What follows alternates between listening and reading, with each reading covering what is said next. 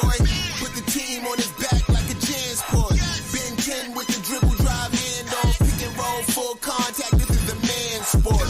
County of Kings, really the Kingsborough. You know Crown Heights, so you know that sound right. Brooklyn Bridges, getting witty assistant. The Brooklyn Block Party, clacks and double digits. Got the Barclays clicking, the whole block is with it. Left a lot on the table, now we coming to get it. The shook one's gone, we too Brooklyn strong. Can't stop, won't stop from the Brooklyn block.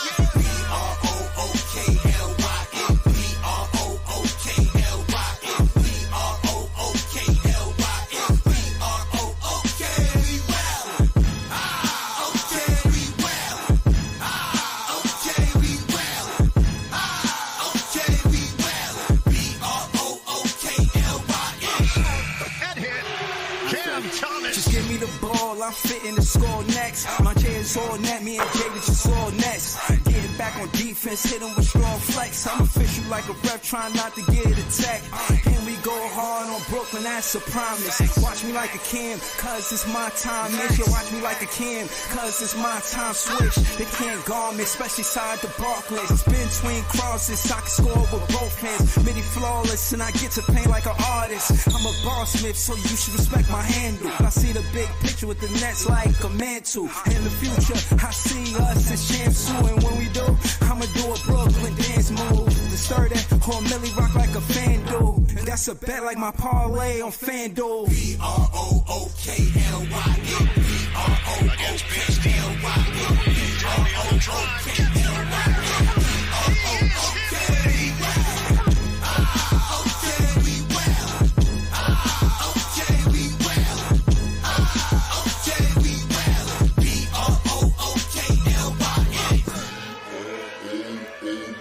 You got a choice every day what that looks like for you. Being steadfast, keeping your nerves, don't lose your shit with this group. Being tougher as a group. Oh, what a move by Sharp, counting on a foul.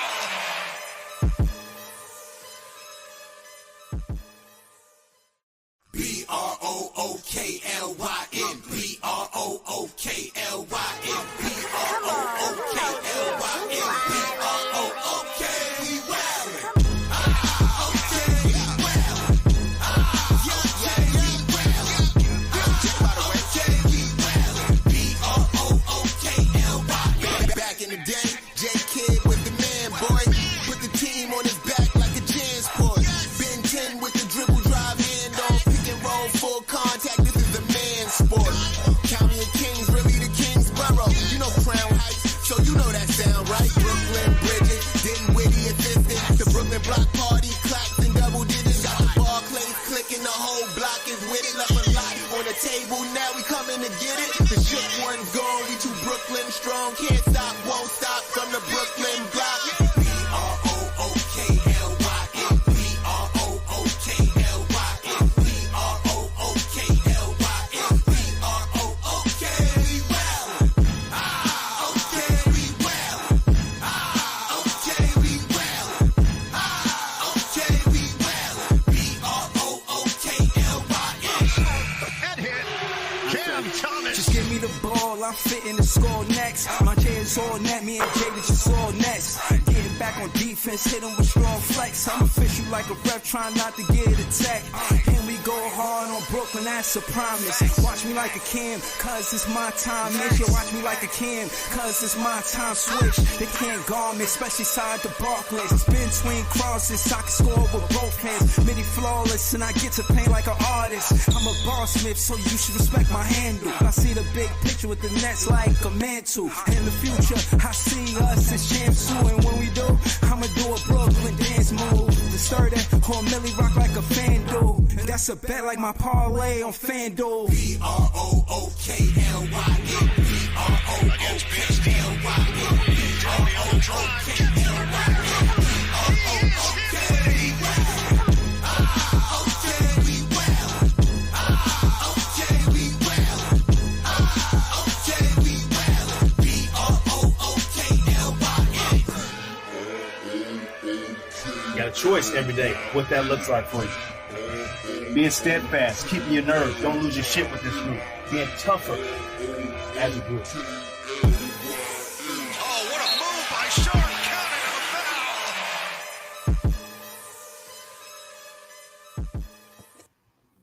Yo, it's Big Fan Breezy with the Brooklyn Nets vlog. Shout out to Leak Bremer. He out here trolling early. Shout out to Daniel Berry Sports Highlights. Shout out to you, man. Yeah, KD did play great. But this I'm gonna be honest with you, man. That third quarter showed us, man, we need another scorer. And for the Nets fan, I could not see why Giles didn't play this game, man. And I'm gonna keep it real with you. I'm gonna just start with that because I don't understand, bro. We was getting work. Nah, we gonna have to watch the pregame. I mean the post game with Jock Vaughn, and he gonna have to explain himself, man.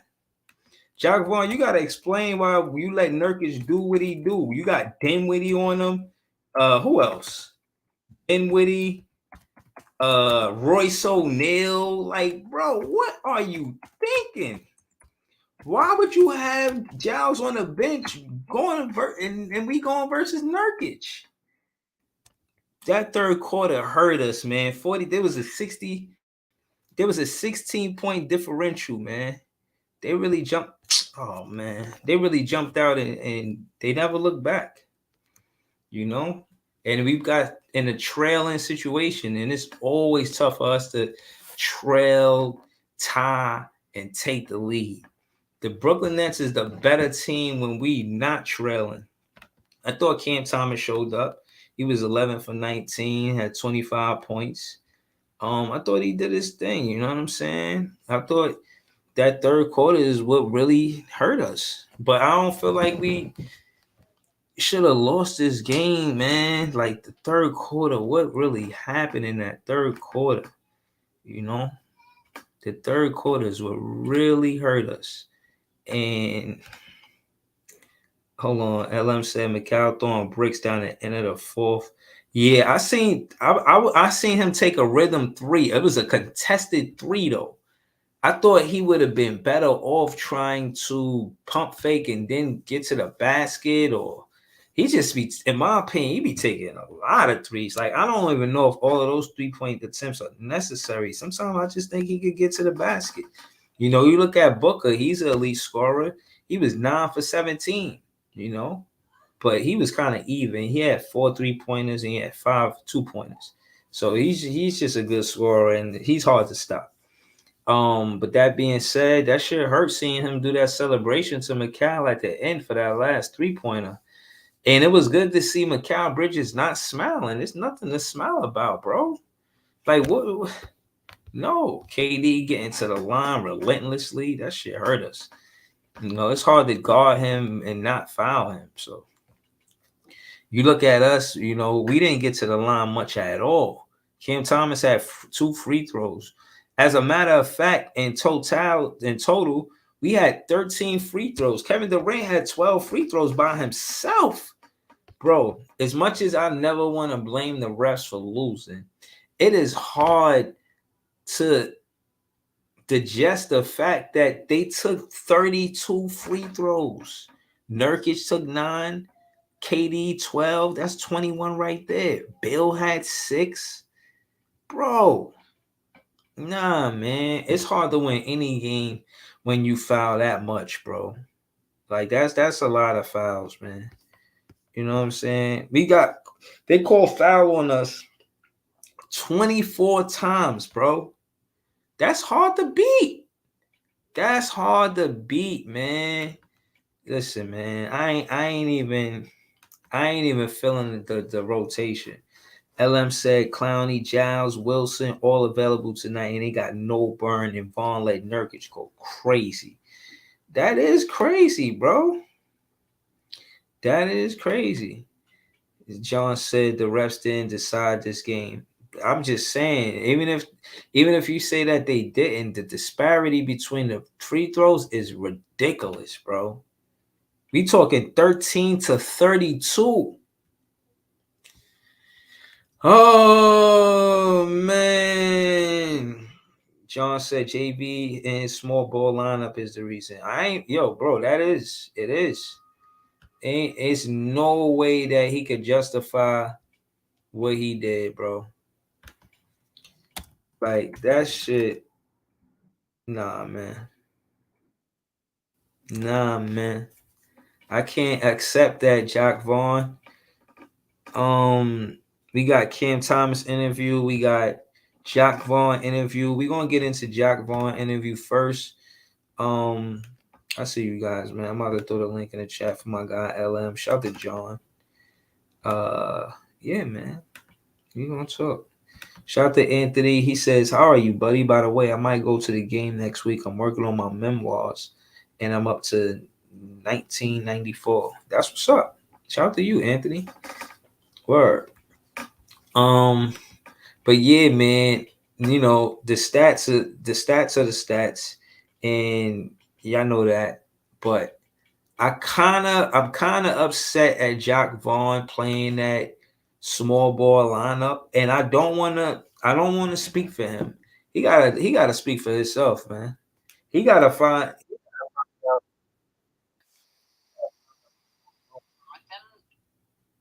because at this point, Jack Vaughn, I don't see how you can have these matchups and smile through all of this. Like, what are we smiling at, Jack Vaughn? Was something funny? JB had Nurkic looking like Shaq. Crazy, bro. That is absolutely insane. John said, Brokeback Ben is the key to the net success. Oh, man, this shit is ridiculous, man. Yo, what up, Leaf? Yo, sure. About to play Jack Vaughn. I'll listen to what you got to say. Then we're going to get to Jack Vaughn because he got to speak for himself, man. We're going to watch the post-game interview, and this shit is terrible, man. But what you seen tonight? You did the play-by-play? I did the play-by-play, but I did it basically kind of sleepy as hell, bro. Like I was kind of lazy about it, but I was really like out of gas about it, bro, because something told me that this nigga wasn't gonna play, bro. Like I said it as the Utah game was going on when I seen him moving up and down the court, bro. Like you ever watch a player, bro, and then see an injury coming, man, before they play the next game? That's what I saw. I was just looking at the Ben Simmons' entire game, and he only played 19 minutes. That's crazy shit. And I was just looking. I don't like that. I don't like the fact that he's so fragile, so brittle. Like, damn, nigga, you just play. Like, come on, man. Like, it's hard to be a fan of him knowing he's that talented. But he can't stay on the floor. Like, that shit is. This is the shit weak ass niggas do. And to tally on, Stephen A. Smith, who I don't like at all, bro, had talked about this earlier because of the 65 game incentive that was brought up. He was like, yo, bro, it's not y'all fault, but y'all basically forced the owner's hands. Well, what else do y'all want these niggas to do if y'all keep sitting out for possible injuries or little knick-knack injuries or this, that, and the third, and y'all want y'all money, bro? Like, and I had to go on a rant at the end of my video on my way out. I'm like, bro, on your way out, like this shit is crazy, bro. Like, somebody got a lot of background noise. Yeah, I'm gonna let somebody else talk, man. Where you went? Levi came back. You was gone. The game was over. Right? Nah, the game wasn't over. I came back in the third. Nigga, that game. That game was over, bro. That game was over, bro. Hold on, Leaf. Yo, and what we hold on, Leaf, and what we do. Come on, man. As a fan, you gotta have some integrity. You got it to like 8 points or something in the fourth quarter. Bro, I had integrity. He wasn't coming back with Mikal throwing them bricks. Yo, that's what I was about to say. We should have kept going with Lonnie and Cam because Lonnie and Cam was cooking, and then they started giving it back to Mikal and clank. I gotta say, even Cam Johnson was hitting some shots in the fourth. That was good. That was good to see too. But niggas kept going to Mikal. The game was the least of my problems. He had me tight. He missed 2 free throws and then missed the layup at the rim after we got the steal. I'm like, yo, why don't you 6'6"? Why don't you be dunking these shits, bro? Right. Ain't that what Vince Carter told him? Facts. When he Yeah, pulled him to the side, he's yo, that's you what We six Vince could have six. had Carter the did lead tell him. going into the. We could have had the lead going in the half. That's Bro. what Vince did tell him, but we gotta realize one, these niggas are not Vince. They don't have the talent. None of them had the talent that he had or the ability that he had. Number two Yeah, is, but you bro, still should be able to have some sort. I'm not saying you got to dunk like Vince, but you gotta have some you sort of gotta show leaping some type ability, of bro. aggressiveness. And that's the Yeah, Like reason why we dunk don't that but get. shit, that's bro. not. Listen, That's the reason we the don't get the reason. foul calls because we go to the rim. Right, even if you're We just don't doing go a to the rim two-hand dunk strong. or something, like you, I'm not They telling you gotta to go. jump out like Zach LaVine or something, but like do a two-hand dunk or something, throw it down or something, man. Listen, That's the Like, difference between when Cam goes to the rim and when CJ and Mikal go to the rim. Like he goes to the Talk to rim him. strong, make sure if that the defender that already nigga, I ain't gonna. committed. Yeah, You know what I Cam mean? Thomas was laying up all on right, Nurkic shit I'm tonight, gonna Yeah, yo. put he it go to up his y'all this way, chest. bro. Like, if any of y'all thought we was gonna win that game after the defensive game plan that we had against Nurkic, who was looking like Wilt Chamberlain out that mug, Yo, bro, like, this come on, nigga bro. had Like, come Royce on, bro. at the 5. Come on, Yeah. bro. Oh, I'm And they glad you have said Royce that. at nah. He Come had on, bro. yeah. He had Royce at the 5. He had Had the McKell at the Royce at the 4. backup Like, Royce five, at the McKell at 5 the is we was crazy. running Terrible, all bro. type. We was running, bro. We was Terrible, running bro. bro. We might as well been the FIBA. We might as well been the FIBA team out there, bro. That was Yo, getting the Royce at I the keep manhandled. telling 5 y'all, Vaughn is crazy. slow, bro. Like any coach can see. Like you putting Giles in at like the 3rd. Like, bro, what you on, bro? And then only left him in for 2 plays because he got an offensive foul. Like where was Giles? Yo, Giles, Clowney, and Wilson was all available. Why not use those? Like Right. those guys. All Like of them. You know you got mad people injured. And what made me tight is that you played Wofford right away, but you don't play none of them. exactly. You think we I was Clowney like, like bro, 6'10", I made it, bro. I'm 6'11", not gonna like lie, bro. I made it to like the 4th quarter with 9 minutes left. I was just like, I'm tired as hell, bro. Like, I've been up all damn day. I'm not doing 2 hours of this, man. Nah, I'm Yo, not. listen. What I will say is this: at the end of the day, I'm mad Wofford ain't get more minutes. He had 5 minutes. He had 2 points off 1 shot and 2 assists. I don't see the logic. That's why I got Jock Vaughn up here. We not fitting the Bro, don't defense. put Jock his Vaughn. monkey ass up He there, gonna bro. have to defend himself tonight. This shit is ridiculous. Hold on, yo, John. they said Suns was one of the worst 4th quarter teams. They worse than us. It's us. They did, yeah. That well, you got to date back to the beginning of the season, bro. When they lost that lead to Wemby, and them niggas. Remember, they was up 20 in that game, bro. Jay, you remember when the nigga got the shit stolen from him Oh by yeah, Keldon Johnson, yeah. and then That was crazy. Barry was talking cash, and then they got blown out by 20 the next game, bro. And they played them niggas on the back-to-back, and then they blew another lead to the Lakers. That's when LeBron called that timeout when they didn't have the ball. So they blew a whole. They've been blowing leads, bro, since the beginning of the season, bro. We just started after that 13-10 start. That's what happened with us. We just started like really the beginning of the calendar year. So like.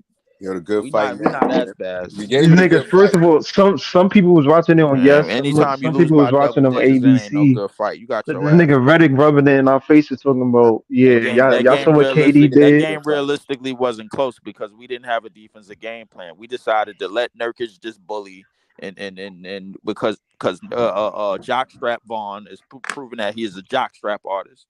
This nigga talking about I wanted more 2s and 3s tonight. Like cool, but why don't you put some height in there, bro? Like bro, why is Royce playing center? I don't want to hear him talk, bro. I really don't, bro. I'm not. This shit is beyond me. Clowney, Wilson, dudes that can rebound and get energetic and get up there. You don't put none of them in the game, bro. Like this shit is that's bad coaching. That's horrible coaching. Especially you see this nigga Nurkic going crazy. Your mom don't think, let me put Clowney in for some height. Let me put Giles in for some height. Hold on. Let's see what straight buckets. Hold on, let's see what he think. We're gonna recap Jock Vaughn's post game interview because he got to speak for his goddamn self tonight. Hold on. Has the ability to just score with them shooting 62% from the field. Just what made it difficult to kind of slow them down and and what kind of got them going to allow them to execute like they were able to? Yeah, it's tough. With a team like that, they're going to shoot well, just those three guys at a high level. So we have to pick our battles tonight. And a piece of that was trying to win the shot battle, shot margin. We didn't offensive rebound enough to kind of take away some of those possessions. And then, without Ben, Doe, and Day'Ron tonight, Nurkic was a load for us and made us pay. The opportunities when he got his second chance points, those are the ones we got to take away. But I think it was the accumulation of the night of the possessions that we could get stops. We got to get stops and run to the other end. You know KD so well. How did he just make his impact on this game? Yeah, I think he was pretty patient tonight, knowing. Yo, that's not acceptable, bro. That's not. No, you supposed to put Giles. Bro, get this nigga off the screen, bro. Like I'm getting tight, bro. Get him off the screen, bro. He supposed to say Giles, Clowney, or what's his name? Yeah, no, Giles or Clowney. Put him in a game. So I'm not that first answer. I'm not satisfied with, but we gonna. Yeah, not satisfied with that answer at all. That we were going to double team, and so we were able to speed him up at times. He got a few things off in transition, really, which is tough to defend because those plays are chaotic and unscripted, and then getting to the free throw line. And so that piece of it, that combination, made for another efficient night for him. Jack, how would you kind of looking at this month? You guys have just 4 wins. Nigga look like his head about to bust, bro. Look. 27 rebounds tonight, bro. You gotta put Clowney and Giles in the game. All the signs is leading to just as on Jock Vaughn more than anything. Mind you, Clowney got young legs under him, bro. That nigga be getting bodies and all that. You telling me you're not putting that nigga in the game with Nurkic? Bro, this shit is beyond me, yo. No, this is sad. Let's see the more bullshit he got to say. Come on, Jack Vaughn. But you have improved defensively considerably, especially as Paris. How would you kind of assess where the team is after this month? Yeah, it's interesting. I think we had the 9th or 10th hardest schedule this month. And for us defensively, I think we made strides. And so it's about the progress of this group and getting better every single day. I think our execution has improved throughout the course of the game. There are more quarters and more possessions that we're stacking up and putting together to give ourselves a chance to win. And so you want to carry over those things into to next month. But I think we've gotten better as a team, played better as a team, understood what's expected of us as teammates on both ends of the floor this month. And Mikal and Cam Thomas both had 20, I believe, again today, third time in 4 games. Are you seeing both of them start to get more comfortable kind of with both of them getting their looks and being able to figure out how to just, both go off at the same time now? Yeah, it's interesting because we struggled with that for a while. And to see both of them be able to get looks throughout the course of the game and pretty efficient looks and looks within our offense, it seems like they're turning the corner and figuring out how to play with each other and the other guys too. It's a combination of the people who are on the floor with them. But that's something through the month of January that we've seen progression with for sure. In other words, keep that nigga in the lineup. Right, yo, go ahead, LM. Say your piece, because I was going to say something. But you first, LM. Go ahead. First of all, bro, every even Jesus himself can see that Cam in the lineup is better, bro. I don't know what's wrong with this dude. Like in terms of having our 30 points per game in the beginning of the season scorer coming off the bench. This too small crap. Like I understand it, but like I don't get it. If we talking about the I've said since the beginning Dinwiddie should have never been the starting point guard of this team. Regarding Ben's injury, I didn't know Ben was gonna get injured, but I've said since jump it should have been DSJ and Cam or Bennett and Cam as the backcourt. But I mean, you see what's going on. You see what's happening. You talking about, they mesh together well and they getting their shots off. First off, they did that at the Milwaukee game. So if you saw that at the Milwaukee game, which was early in the season, why would you not continue to go with that and have them develop more as a duo instead of forcing Cam Johnson and Mikal Bridges to lose those games? But at this point, dog, I just hope he don't take Cam out the lineup. I mean, he should be in the lineup moving forward, but this is what I'm saying with bad coaching. Like anybody with a brain can see Cam Thomas should be starting. Like Yeah. he should never be coming off the bench. But And then this is the not coach we got. to add to that, Jacques Vaughn made it seem like he don't know what it is. They gave Mikal Bridges the green light when Cam Thomas deserved it. They tried to make it work in week 18 and 28 because of it.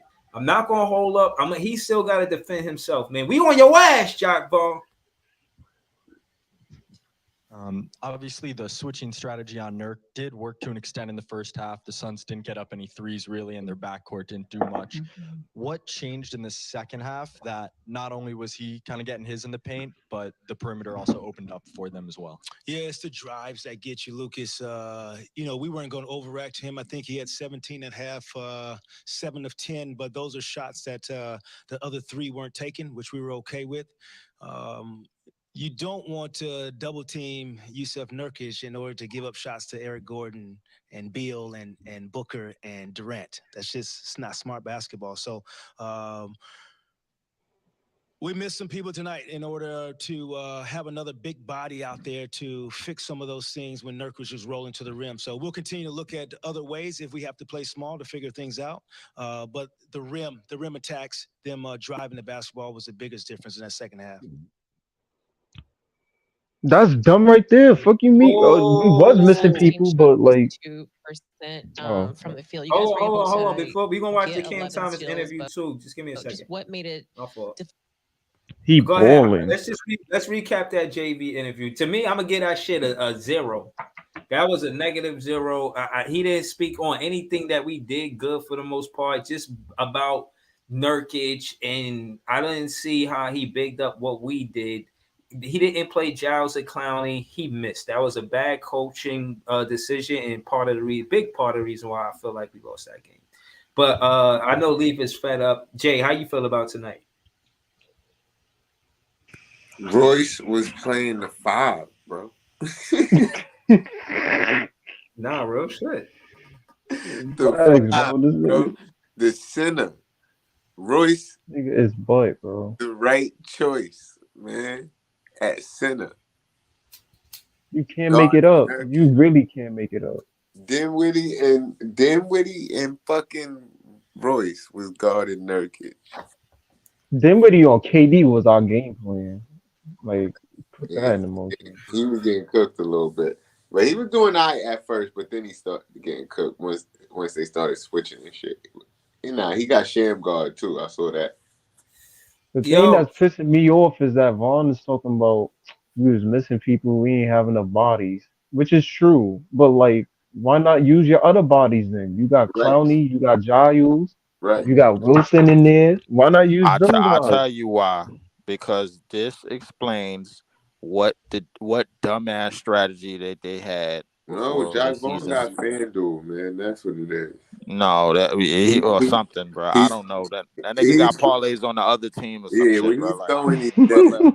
But listen, bro, like to me, in the reality, it really goes back to the dumbass game plan and the dumbass setup they had before the season started. You put all of your fucking eggs in one basket, and that basket was Ben goddamn Simmons, and he has sold you time and time again. This nigga is weak. His knees is weak. His pride is weak. I don't like it, bro, because this is what light-skinned niggas do. Where you at, Big Priest? Like, I'm telling you, bro. Like, yo, Priest do not come up in here saying not a goddamn word about no fucking Ben Simmons, bro. I swear to God, bro.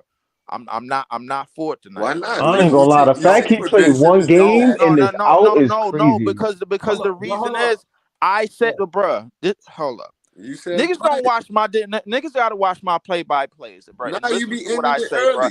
I said I told niggas while the Utah game was going on, bro. Like the second that he got out there when he was jogging on the court, I said this nigga's not gonna play another game. He not gonna play the next game. I think because I look at how niggas move, bro. When niggas is sitting too much for injuries, I look at how they get back on the court and he was try to moving figure his out knee why. too like crazy though. And try to figure out why, bro. And He was now rubbing I'm like, his knee. I'm seeing him. I'm like, yo, he is not gonna play next game. There's no energy. It's a whole lot of fucking passing the ball off. There's no explosiveness. None of that shit, bro. Like, yo, he had 10 points, 8 rebounds, and 11 assists in 19 minutes. Kudos, whatever, bro. Like, that's the best game we played all season, and I relished in it. My heart was full because I knew we wasn't going to have another game like that for a long goddamn time. And now, how did I know, my nigga? Because I'm smarter than everybody else. That's how the fuck I know. Okay, Leaf. All right. Let's Right. Bro, just do me a favor, Leaf. Just finish your play-by-plays, bro. You ain't gotta worry about none of that other stuff. Right. Just finish the play-by-plays, man. Please. Shout to Easy. Shout to Ron C. Nah, I shout just gotta New finish York my Nets. play-by-play. Shout to the whole Please, chat. man. How you gonna do Listen, play-by-play to the third quarter, man? Nigga said I did a play. Oh, you didn't do the fourth? I did do the fourth, bro. I did like 3 minutes. That's I did 3 minutes, bro. I did 5 to minutes us, in the man. fourth, bro. Like, and I was snoring, bro, damn near on the mic, bro. I had to talk shit to keep myself up, bro. Like, I couldn't even. I'm looking at the game. I'm like, this the defense, the game plan we got, bro. I'm like, you know what? I want to know what's the Mikel excuse this game, because we was in the second quarter. It wasn't down None to of the that line. shit It was wasn't no Mikel's close. fault. This is all on Jock No, Vaughn. no. I'm talking about him missing on free throws. I want to know what was his excuse this time, because nobody. It wasn't no fourth quarter. It wasn't down to the clutch. Get It him. wasn't niggas booing him. It was just 2 free throws. So I want to know how he missed them shit. Because, man, I keep trying to show y'all the video. You know what I mean? With the dude from Rocky telling him. I can't with this nigga, Nah, bro. don't You play know, that. oh my god. Yo, Dude from Rocky. yo, y'all saw. Hold on, Ivan. Go ahead, Jay. Finish what you were saying. Nah, I'm just saying, like, he is who you thought he was. You know what I mean? Yeah. Go ahead, What? Ivan. Yo, Mikel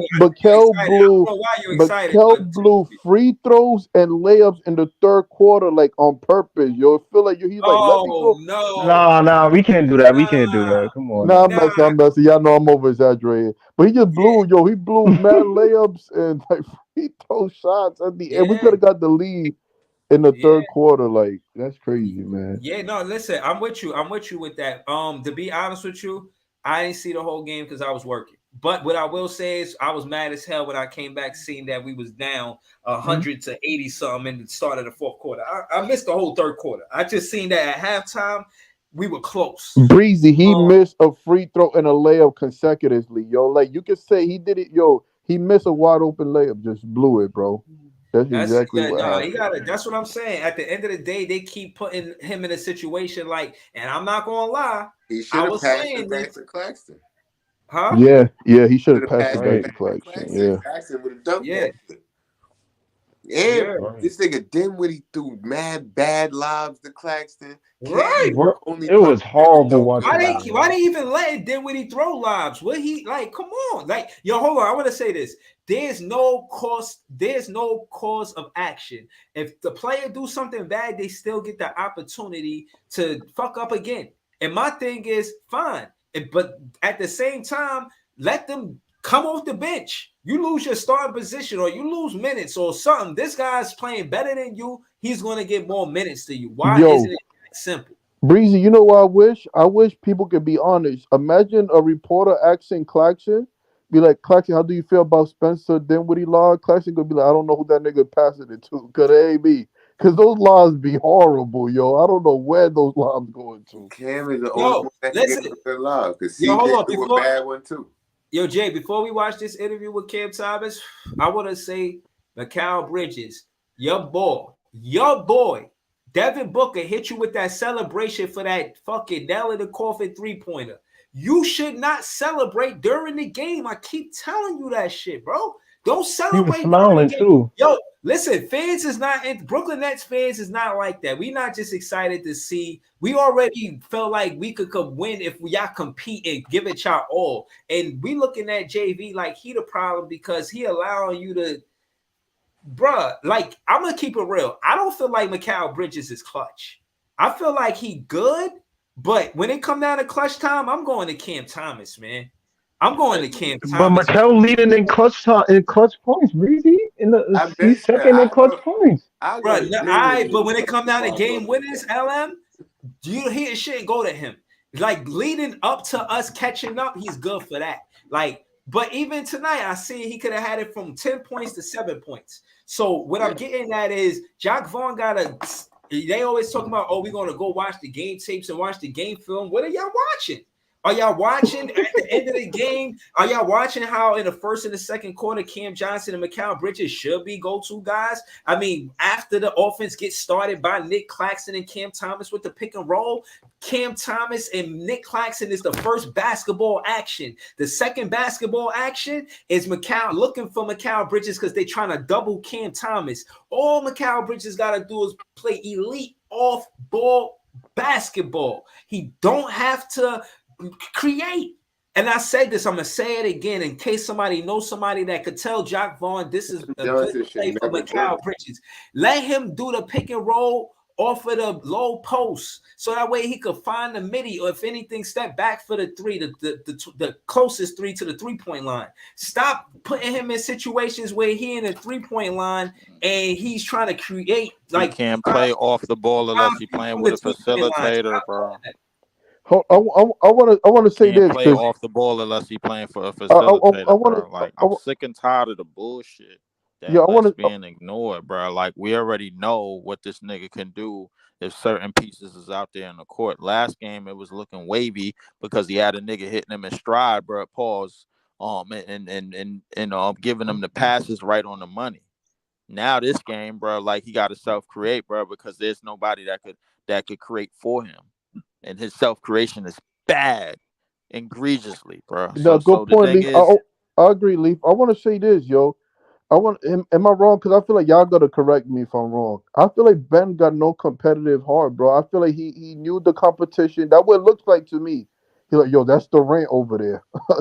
I got to. Well, to be fair, Ben would have been playing tonight if it wasn't for him falling on Horton Tucker. I mean, he went for a block. I mean, I can't even blame him for. Bro, that fall don't look tonight. Like, I think even Ben just passing the ball, bro. Not even like just standing there passing could have been. Like, I think he could have played tonight, bro. People play hurt all the time. Like, I think he could have played tonight. KD did have a. We can't afford that with him though, because he got KD had to have a lot of calls that went his way early and often, bro. Like, and that was probably the he was getting a lot of questionable calls. Yeah. Yo, listen, KD, but he been getting questionable calls. But at the age Nurkic too. Questionable calls at the age of 35, bro. Nurkic too. There was some calls. I'm like, Nurkic didn't even get touched. Right. It was a Mikal foul on Durant that he didn't even touch him. Yo, you know what I do like about Cam Thomas though? Y'all remember when Durant scored on him, and Durant was like, "You too small," and then the Cam Thomas tried to play. He's so competitive. Cam Thomas trying to shoot back. Like, come on, man, you're not gonna do that. Hold on, y'all hear that? Let me work. Please let me work. Yo. That's loaded Lux. Yeah, loaded Lux. Right. So hold on. When y'all going off and y'all all talking at one time, and I'm trying to get y'all attention, instead of me hitting y'all with a whole bunch of hold it downs, I'm gonna just hit you with the. Let me work. Please let Man, finally got a soundboard. Exactly. We gonna get there. We gonna get there. But this nigga did not bring a soundboard up in here, bro. Oh, listen, nah. Please let me work. No, this is for Leaf right here, man. I'm telling you, every time Leaf talk, I'm gonna be like, let me work. That's fire, yo. That's fire. Yo, Breeze. If you get the soundboard, you gotta get the funk, the funk flex. You know, the fucking explosion. You gotta get that. You gotta get. Yo, he gotta get the shoot it, Ben. Y'all gotta give me a whole bunch of ideas in the chat on what sound bites y'all want to hear for the podcast, man. I'm gonna do it. Shoot it, funny. Hold on, shoot it, Ben is crazy. Hold on, y'all. How we gonna get this shoot it, Ben? He don't even play, bro. Come on, bro. Right, that's funny. Right.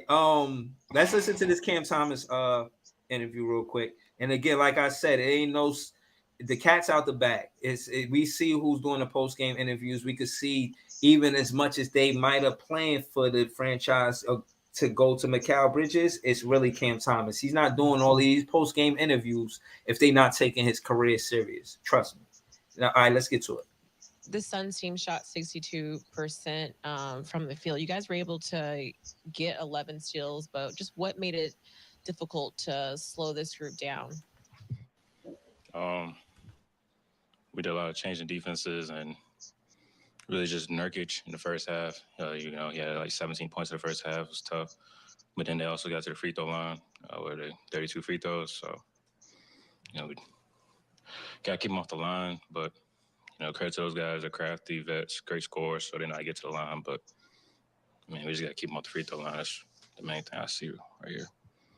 And for Kevin Durant, just in what I like ways did that. he make his impact and his ability to execute? Yeah, this is what Kevin does. This is what Kevin does, get to his mid-range. When he blitz him, makes the right play, or just obviously him gets a free throw line going 11 to 12. Just him just being all-around scorer that he is, that we know to be. He played a great game, so credit to him. Cam, even though the wins haven't come this month, you guys have obviously made defensive strides, this game aside, this month. Do you take that going into February, that the positives you guys had can be built on heading into February? Yeah, I feel like we had a good stretch.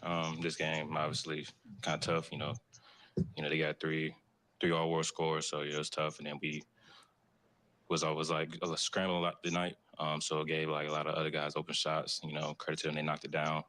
Eric Gordon knocked it down, hit 5-3. So credit to them for knocking down the shots, man. We trying to get the ball out of KD and Book's hands. So yeah, obviously, but we can keep making strides in that area, keep looking at the film, seeing where we can keep disrupting the game at. So we just gotta keep working. I like his professionalism, bro. I do. When it comes to slowing down Nurkic and the points in the paint, is there anything that you feel could have been done differently? Not that maybe should have been done differently, but was Put there some a 6'10" niggas in the game. philosophy, any other way to maybe defend that, or did you simply have to execute better tonight? No, not really. I feel like if you look at it, mainly most of his points, I feel like came off of like the transition, the first half, the offensive rebounds. He wasn't really like scoring on the block on us the way we had to like make huge adjustments. I think he scored like 4 or 6 points, just hook shots and stuff. But the main stuff was just the offensive rebound piece, the transition piece when we're all scrambling, and he just gets a duck and lay. So as far as that aspect, I think we just gotta get matched up quicker and find a matchup and just execute that part of it, like the transition piece, instead of him playing with his back to the basket, because he didn't really score that many points with his back to the basket on us. So it's good to look at that, but we just gotta get better in transition and find a man quickly. Word. Yo, shout out to In Cam other Thomas. words, put them 10, 10 niggas Mikal, in you the got game. that for Oh no, I ain't here, Mikal Bridges. Nah, No, play Mikal. Damn, son. Hold You on, gotta hold play on. Mikal. Hold on. I'm gonna get to Mikal Bridges. I'm gonna recap Cam Thomas. We're gonna start with easy, matter of fact. We're gonna recap Cam Thomas post game interview, and then we're gonna watch Mikal's. But what you thought about Cam Thomas in the post game interview? Easy. I ain't really have a problem with anything he said. I mean, he kept it professional. He said what he had to say. They asked him questions, he answered it. I mean, he really answered truthfully. I mean, if you really watch the game, I mean, I ain't watched the game. I'm not going to like sit here. Yeah, no. I say I think that he did. I think he did well.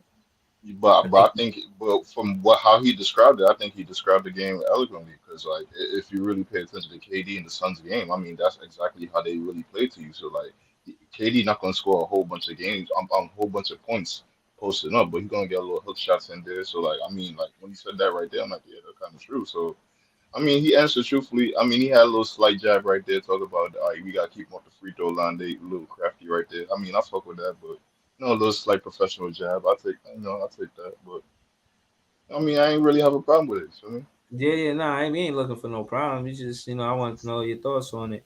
But yeah, I totally agree. So I ain't even gonna say nothing. I agree with Easy. What about you, LM? How you feel about what he said? I mean, professional as always, man. He's getting really good at media. I like seeing it compared to his past few years. Precise, concise answers. I mean, he pretty much labeled what's wrong with it. I like how he said in terms of like matchup, there was no matchup out there for him. And I think, anybody with a brain would have thrown out Giles and Clowney and Wilson in them dudes for rebounding. But I mean, at this point, I like Cam maturity. I like Cam's maturity over these past actually honestly this season, just in terms of answering the media and ever since the no homo thing, I think he kind of got better at saying what he needs to say, being precise, but also keeping it PG as well. So Yeah. it was really good. It was a really good post game from him. Yeah, how you feel about it, Jay? They took that no homo shit out of context. Too. Yeah, they did. They definitely did. No, but just rapport. I think he has a shit about that shit for no reason. I think he has a way different rapport with the media now than he did when he said that. I heard KD say that he felt like Brooklyn fans understand him. Yeah, whatever. Shout out to Jay. How you feel about the post game? Honestly, I don't even care about these post game interviews, man. He gotta win. We gotta win games, man. Like we get all of this fucking theatrical shit at the end of the game. We thought he was getting benched, Jay. We thought he was getting benched tonight. Nah, I'm not using that as an excuse, bro. I ain't never vlogged Bro, like I said at the beginning. He missed too many games. He missed 39 out of 49 games, bro. I said he got to do better. I said at the beginning of the season, if Ben is what we banking on, then we gonna have a long season.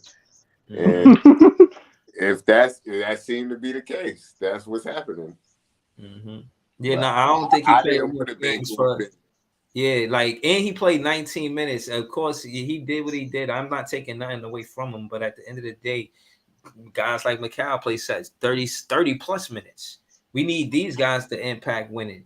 I know I don't want to after every loss, be like, oh, if we would have had Ben, I'm not vlogging that shit, bro. I'll be looking at the game and I'll be like, oh, they could have did this, they could have did that. I seen a play where they didn't find Clax in the paint. He was calling for the ball like crazy. I'm like, yo, he right there. And then on the left, I seen Cam Thomas wide open. They missed him. Then they found Royce O'Neal late, and he had the pump fake, and then he missed. Like it's like they act like they ain't got no rhythm, but at the end of the day, just because of Ben Simmons, you trying to tell me Ben Simmons in 7 games supposed to have more rhythm with a teammate who been there the entire time? No, fuck that. They as a team, we gotta do better, bro. We can't say, "Oh, Ben Simmons not there. That's why we losing." Fuck that. That is true. We supposed to be better than that, bro. But Breeze, not we lost because of Ben Simmons, but yo, I'm expecting him to be here because he was just here yesterday. You feel me? And I mean, we remember we made that bet. We said how many games you gonna play in a row. I think you gotta play more than one game to be in a row. You know what I mean? Like, bruh, like I expected 3. I ain't expecting to play. I gave him 3 games in a row, then a break. I ain't know he was gonna do us like that, bro. That's crazy. That's crazy. It's crazy because I was like, yo, what if he ain't played in Phoenix tonight and he actually didn't play? Yo, I'm serious. Yo, I'm really exhausted with these superstars that don't play games. KD, Kyrie, Harden, they ain't play together a lot. Only 16 games. KD and Kyrie only 44 games in 3 seasons. Ben Simmons, he hardly played last season. 7 games this season. I'm not impressed. And then we say you got to put it on Sean Marks. Yo, whatever. Like at the end of the day, bro, I don't even know how we got Ben Simmons, but that's neither here nor there. I think Trendon Watford should have got more than 5 minutes. You want to make up for Ben Simmons not being there? Give big minutes to Trendon Watford. He got busy the first time he got a shot with Armani Brooks versus Miami. We all remember that. Why he not getting more play? I don't understand Jacque Vaughn. And then that's my thing with Jacque Vaughn. Sean Marks, you pick these players. Okay, it happened. We hit. Now on Jacque Vaughn, like, bro, you really got the circumstances to really hoop. All you gotta do is really give him X's and O's, not tell him Mikal. Like, come on, man, keep it real with Mikal. Tell him the My truth. thing is, how Sean Marks was at the game tonight. So you telling me you was at the game tonight and you seeing what Vaughn is doing, and it's nothing that click in your head that be like, nah, we got to get him out of here. Like it's just nothing in your head. You see what's going on. You see Nurkic looking like Shaq, and it don't appear to your head like, nah, why this dude not putting in my rookies, yo? Why these dudes not putting in Giles and these are niggas I signed? Why he not putting them in? You bet not. Nah, he gotta go. I don't understand why. Down pop up in your head, bro. Like this is shit I'm talking about. Like I would be damned if a coach that I hired not putting in the guys that I personally, we was in the office. They put the pen to the paper, and I told him I was gonna give him an opportunity. And now, and my coach not playing him. Nah, he gotta go. Like don't pop up in your head, bro. Like this shit is ridiculous. But this is what we expect with this organization, bro. I don't know, man. I want to see Cam Thomas win, man. I feel like he be putting in a lot of work for him to be taking all these losses, man. And at the end of the day, Barry, you can say what you want. Like I said earlier, I told you happy birthday. You shouldn't take this personal. But I thought KD, he had the mentality like, shit, I'm a winner. You know what I'm saying? I know I lost with y'all, but I won. You feel what I mean? Like, so it just, and then when I heard him say something about what he said, something like, those players, like in a condescending way, he had said something about the teammates, like what you expect from me and Royce, like, or some slick shit like that. Like, nah, man, they expect you to be a leader. You're a whole vet out here. You know what I'm saying? Nah, Breezy, I think KD really do. I think whatever went on with the organization, I really think KD missed Brooklyn, bro. Like I feel like it was huge, regardless of how it ended. Like I feel like this was supposed to be his home, bro. Like he was supposed to end his career here. Like you could tell. Bro. Nah, I feel like he do from the way he was talking. Yo, it seemed like he really miss Brooklyn, bro. I ain't doing this shit. No, LM, bro, don't do this, bro. Don't do this, bro. No. What you mean? Well, go ahead. What you said? What you said? I hear what he's saying. I said based on what they was talking about and the way he was talking, like I'm talking about at halftime and the quotes that he was giving them. I feel like he kind of missed the fan base in terms of in him saying, "Nah, I ain't connect with them like that." The trolling, his interaction with Cam Thomas, like he said he even remembered the season ticket holders that was in the front, like interacting with everybody again. Then to Brooklyn fans understand me. Like I was working. they talk. Did he get the ovation? I don't even know. I think Did he get a he video? wasn't getting booed. They showed a video. They showed the He video. wasn't getting booed tonight either. Nah, I think they showed a tribute video, but then I think he came out and said that he don't deserve a tribute video because he wasn't like there for long. They booed the shit out that nigga. I ain't seeing booing. That nigga was scoring. Niggas was hype. But that might have been the Suns fans. I don't know. I was listening to the game. I didn't see it. I was working. They booed the shit out that nigga, man. The time he got the ball. I don't even know about the tribute video or whatever, bro, before the games. I didn't do a post game, but They showed the tribute video, him stepping on the foul line and all that. Nah, that shit he did to Cam Thomas hurt my heart. They That really nigga was showed like that too shit? small. I feel like they Yo, showed hold on. that Y'all shit. see Cam Thomas get that steal on a different play though? Yeah, where he jumped. Yeah, I've been saying Breezy Cam need to play passing lanes more, bro. Like if he play that's passing what lanes, he gonna be dangerous. No. Hold on. Let me stay with you, LM. Pause. When it come down to him playing the passing lanes, I agree. That's where his defense at. Him not necessarily being this great on-ball defender, but more of a player that can have high IQ. This is why I like the post-game interview, Jay. Is because I look at the basketball IQ, and I think Cam Thomas has a lot of it. I think he has a lot of it. You feel what I'm saying? So that being said, I feel like I can see that from the he's somebody that that could be a knack for him, LM, where he is somebody that play the passing lanes and his steal. Yeah, his steals will go up like crazy if he starts playing the passing lanes. He can average like 2 steals per game. But the thing is that's gonna take more of a scheme, bro, than anything, bro. Like we don't hide Cam Thomas. We don't hide Cam Thomas enough defensively, bro. Like the niggas that highly skilled on offense and not that great on defense is being hidden. Like niggas like Steph and them niggas, bro. Like they get hidden on defense. That way they could roam around and be in the passing lanes and shit and show and shit like that. We don't hide Cam enough. The thing is, and not only for that, he got best scorer. Anytime, we don't hide Cam enough on defense, bro. The thing is, when Cam Thomas is caught up on Kevin Durant, bro, that shit. Come on, bro. You're not doing. You don't have it. That means your coach. That means we don't have a good defensive coaching scheme. That's what that shit means. That easily gives us away. It easily gives us away. I personally wanted to believe wanted to believe, bro, that Sean Marks was down there to see. All right, yo, is this the game I'm gonna fire this nigga or not, bro? Like, all right, bro. I highly doubt it. If he ain't see it tonight, I don't know when you gonna. They gonna fire him, bro. Right, like that should not happen. Did you come downstairs to see Kevin Durant to give him a 5? Yeah, see KD and then shut it out. Man, fuck KD, bro. So, like, get out of here. Yo, man, can you play that song, man? What song? Fuck KD. Oh, fuck KD. Play the fuck KD song. Yeah. It's a couple of people that made it. It's a couple of people. I made a whole KD song. That shit is fire. When he was on the team, I got the song. That shit fire. Man, I'm not. But Breeze, did you make a fuck KD song though? Yeah. There's plenty of fuck Kevin Durant songs, bro. Like, I didn't make one. Bro. Nah, nigga, you can just YouTube them hoes up, bro. There's plenty of those. Personally, I think them shits is all crack, bro. Like them shits is very, very talented work. Yeah, just look it up on YouTube, man. Fuck KD. Niggas putting work into fuck KD, bro. God damn, son. Word, it's a nice song too. Yeah, it is a nice song. Fuck them.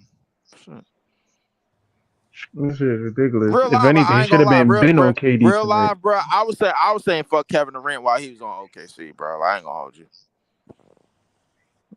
And then we ended up with my favorite player from like 2012. I ain't gonna lie. When Kevin Durant got here, I was screaming fuck Kevin Durant. I was like, he better hoop though. Fuck. Yo, I'm not gonna lie. I was jacking fuck KD, but my nigga, this nigga got us closest to the chip that we're gonna see in a good foreseeable future, my nigga. Like I don't feel that foot on the line will forever be a his foot on the line will forever be a what if. I'm not on the line. You probably make it to the finals, bro. I don't care. That foot on the line will be forever be a what if. Yo, bro, like I don't care. No, leave. I hear you, bro. I hear you, but you still gotta acknowledge that shit though. You feel me? Like it is what it is. Like he got us closer to what we gonna see for like. Ain't no way we about to hit the chip or be like in contention in the next 2 years. I don't care, bro. Like, listen, the shit fell apart. I want to get over it, bro. Like, if you want to say he got us close to the chip, about his foot on the line in the second round, that's fine. But fuck that. I'm over it. It's done. It's in the past. I'm not dwelling on it no more. Fuck him. Fuck his whole setup, bro. Don't care. He's gone. Let's move on. Me personally, I feel like at the end of the day, if we invested in Cam Thomas, which is look like more and more we're doing. We tried to get the keys to Mikal Bridges and Cam Johnson. Cam Johnson was supposed to ascend into shot creator. He didn't ascend into a shot creator. But that being said, I think, and this is the last week. 1 week from today is February 8th, boy. That's that trade deadline. And I don't know if we're going to have the same team by then, especially with us losing like this. Yo, Breezy, there was on a lot because I've seen a lot of Nets fans post this on Twitter or whatever. They were saying that Houston was trying to get Mikal and give us our picks back. The Nets said that nigga untouchable. Yeah, but listen, man, if that means we should be trying to reach the playoffs, and from the way it looks, we might make. So my thing is, what's their game plan then? Because I've seen a lot of people was down for that. Like I think it was all of our first round picks back, and I think Cam Whitmore or something. Wait, you said Houston? Yeah, Houston contacted Brooklyn about trading the McHale for our picks back, and I think Cam Whitmore. But they said They absolutely said no. not. They said Hey, no. listen, This if might you be want, setting up. throw that nigga Jalen Green in the deal. Throw that nigga Jalen Green in there. We got a deal. This might be a setup for a Knicks Jalen Nets Green is playoff tough. series. That's what I'm saying. I'm so I would have taken that, me personally. You but- talk about the Knicks got the high seed, we got the Because low yeah, seed. So how many picks if would we're that? gonna Yo, be so struggling, LM, we gotta how many make the picks would that be? playoffs. So if we get in, that's So I think they. Hold on, I let think Jay it would. get It would be our Wait 2020. a second. Wait a second. Hold I on. don't think they'll give us 2024, Nah. but I want Jay to say the shit that he said again. Wait, Jay, Right, say right. that shit again. it might be a setup for a Knicks Nets playoff series, man. Because if they Yeah. keep being the high seed 2, 3, 4, 2, 3, 1 or some shit, and we sneak in at 7, 8, 6, I don't know. Yeah, no, I agree. I would How want to the see hell that. how the hell we got supposed the to do low that, seed. Jay? I still want to see that. I want to see that. A Get in the 7-game play-in series. and win I some need to games. see that. Get hot towards the I end. give New York the third seed at Why do most. we need to see that? I'm gonna tell you why. Not only for the podcast, but that'll be dope for the podcast. But because I see what the Nets basketball did for this city, and because and the of Knicks the are podcast, always willing to I mess it know up when the it matters the energy. most. The city, bro. Nah, when the I city tell be you, lit. it's electric. For real, for real. The city is electric when both teams go to the playoffs. I remember that I was doing a podcast that season. I want that again.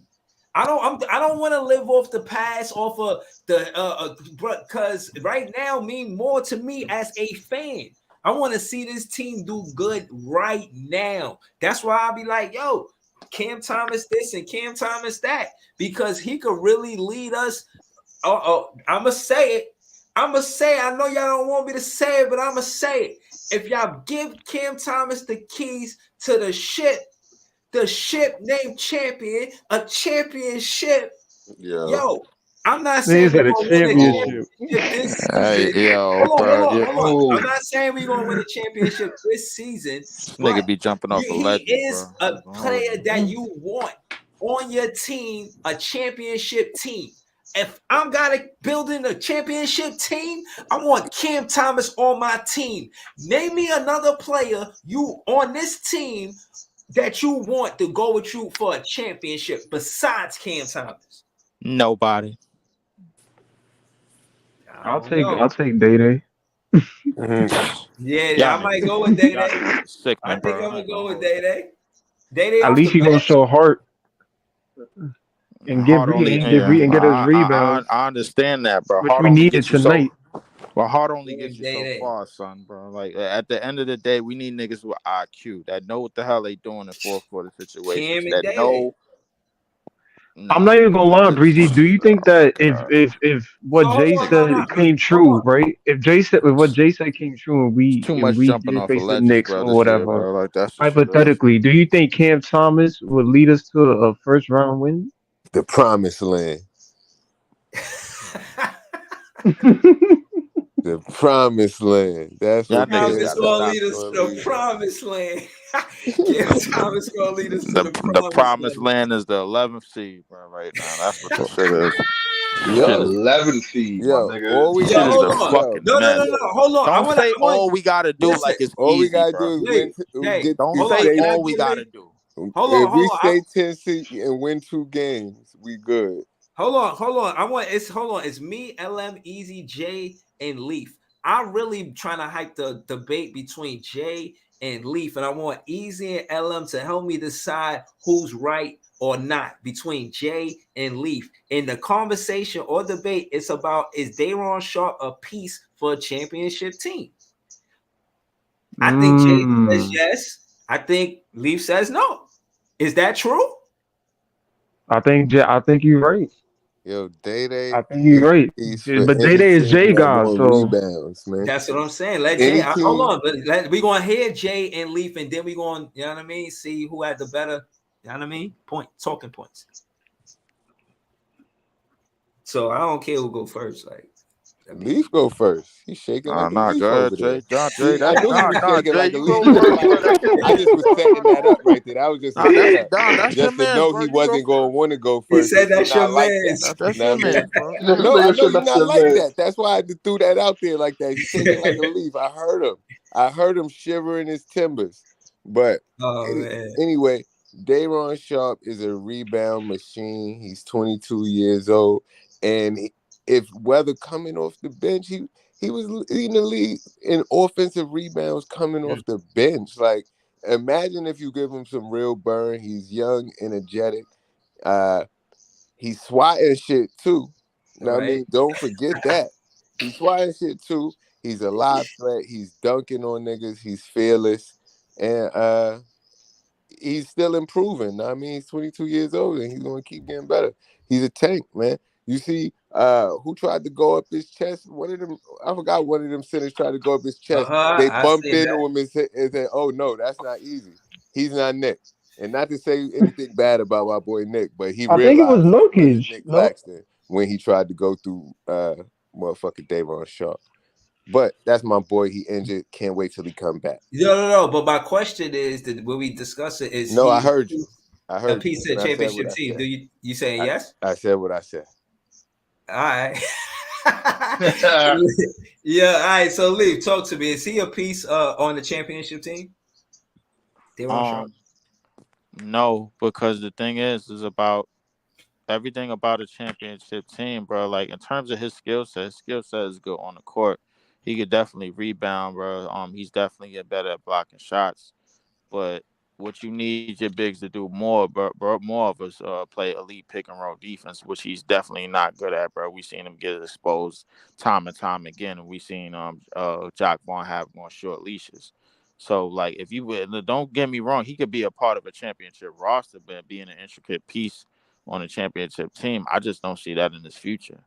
The thing is, like, he's going to be responsible for so many things in pick and roll situations with everything that's being pick and roll heavy in the league, with guarding off of that and helping playing hedge defense off of that and everything, and rolling to the basket, and of course man in the paint a lot of times by himself, particularly on this team. So in the future, I think it can happen.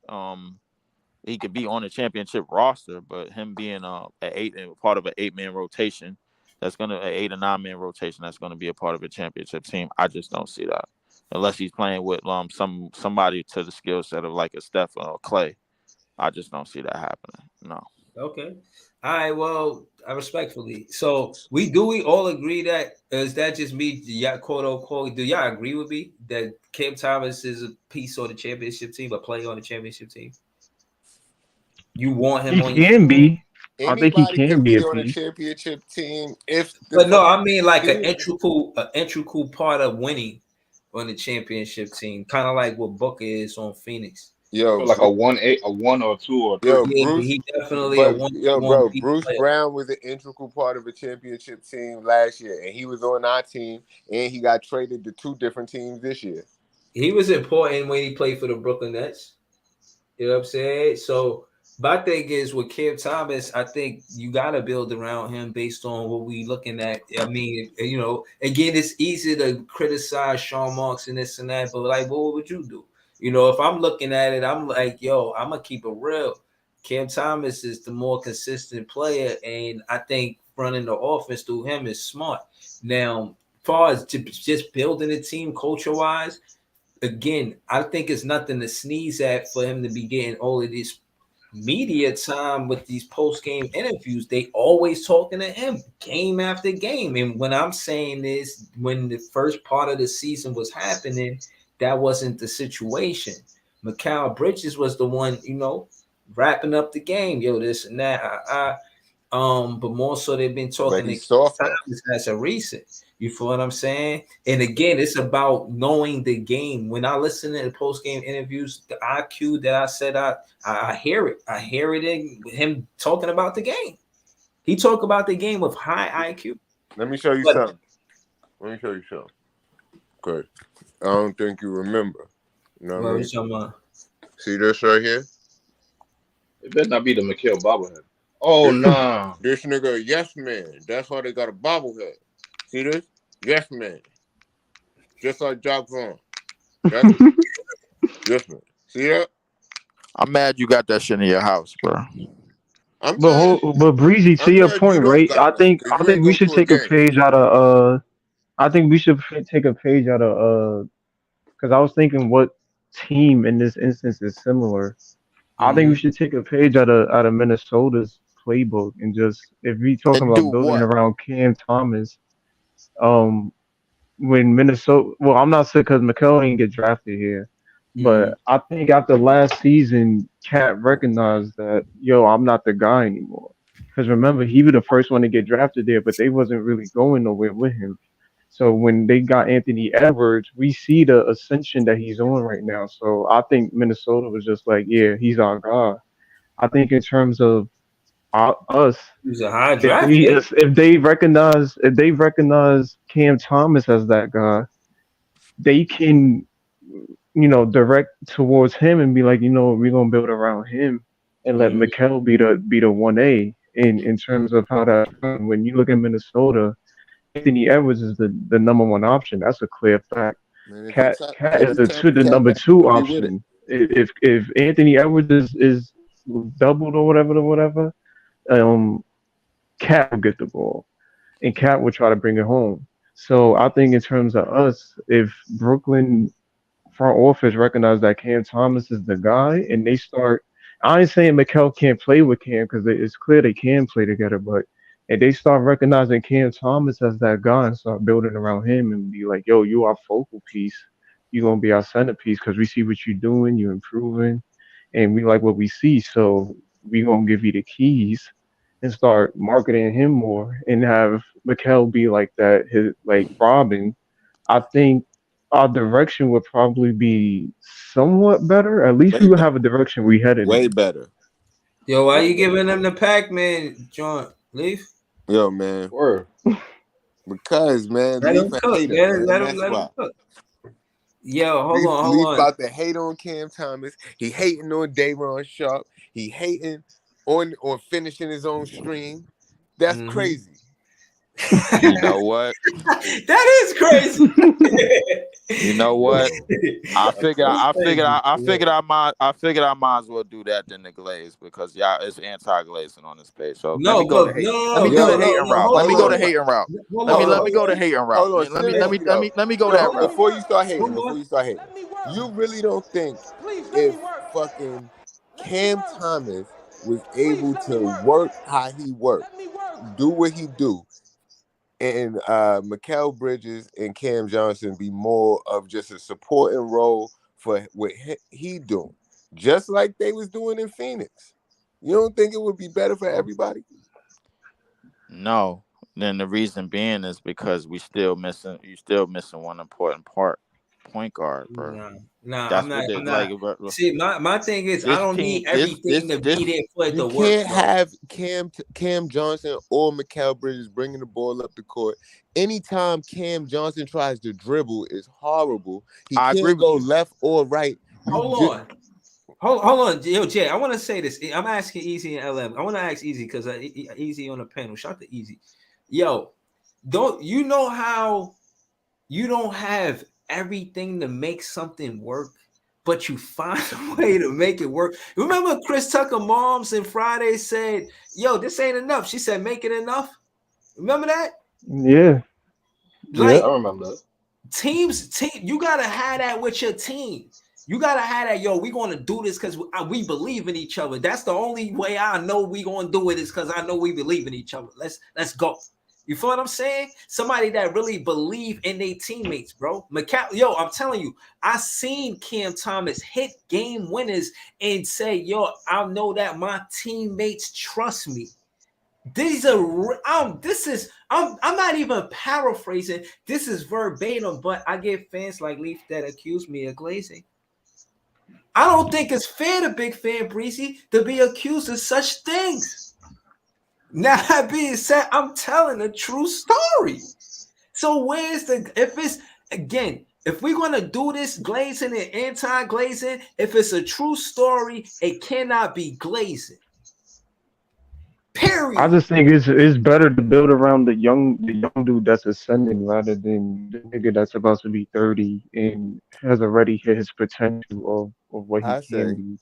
it's better to build around the draft picks that we drafted and bring these new guys in and let them help us what we doing, but they not the guys though. The guys is the guys that we pick. So basically, you saying if we didn't have Cam Thomas, we should build around Nick Claxton. Yeah. Yeah. We're going. Nick Yeah, Claxton and Davon. We would have. I don't know why the y'all young would. Twin Yo, Towers. man, we got Yeah. Cam Thomas. I don't want to imagine not having Cam Thomas on this No. team. The only reason why I asked Jay because he's contingent on this draft shit. Yeah, I And- like the draft picks, man. I don't like getting players from free agency unless it's somebody We that like I really you like. like the draft picks because Yo. of the way they turned out. That's No. why you like the draft Before picks. that, before that, I have. I think it's part of the winning formula, It's bro. part of. It's Nick part of. Claxton- That's the. Yeah, that's the Nick Claxton rebuild and in Jared general. Allen was my niggas before that. Like, because when Nick Claxton was on the bench, I wanted him to get playing time. Just like I'm like Jared Allen and Nick Claxton. These two back to back would be fired. They don't never let my boy Nick in the game. I was saying the same shit. I'm gonna give you a brief history on the Nets real quick, bro. Like just going back to what I know. Drazen Petrovic, bro, he was not drafted to the Nets, bro. He was I don't traded want to from hear Portland. this brief history. Like, no, you of course you don't, because you don't want to hear how the fact that the draft picks don't necessarily work out for us. Jason Kidd was not drafted to the Nets. He was traded here. Vince Carter was not drafted to the Nets. He was traded here. Darren Williams. So it's a whole shitload of niggas. We've been getting niggas from other teams, and we've been trading for niggas to come here or But whatever. recent history, that don't. But hold that water. don't. But yeah, That don't that hold just water because for that's our recent history doesn't mean we should repeat history. But no, hold on. So we should pick up on somebody else's history because it happened for them. That's what. Hold on, let me work. What you mean? That's how it's always been through the league. They rebuild through drafts. Right, Like exactly. that's how you think these niggas got Steph. How you think Spurs got Tim Duncan? How you think these niggas got Wemby? Like Come on, man. these niggas rebuild. That's how you get these niggas through draft Exactly, picks. man. You said Steph like that ain't an anomaly, bro. Listen. What I'm saying. What you mean? Steph wasn't even. He was a lottery pick. He wasn't like the clear cut number one pick in the draft. But Steph's career is an anomaly. But he wasn't. Steph wasn't Steph when he got drafted. He had mad injuries. That's That why nigga was. his career is an anomaly. Everything, all of his accomplishments Or is you can say that for almost every player though. Like we don't know how these niggas is gonna turn out. Yo, hold on. That's why you got to give them a chance.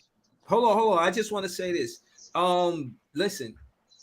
Go ahead, man. Matter of fact, man, I don't want to interrupt, man, but I was going to say something. Man, I forgot what I was going to say because y'all ain't let me say what I was going to say. Look at all the teams that surprisingly isn't doing good, like Orlando and fucking OKC and fucking a lot of these teams, Houston even, like niggas got young talent and they building their talent and just playing, running fast, finding niggas, and then bringing other talent in to help them out, but not putting them in the back burner because of that.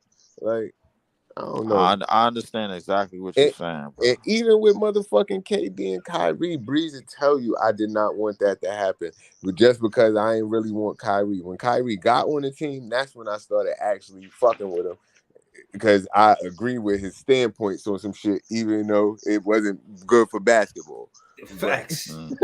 I agree with him though. He was saying some shit that was right though. Like, right? I feel. Hold on. That's exactly what it was. Like, yo, Kyrie, you right in all of that, but I just want you to play basketball, like as a fan, because at the end of the day, I feel like, again, if in a perfect world from a fan perspective, they make it work. I don't know how they make it work, but they make it work. You know what I'm saying?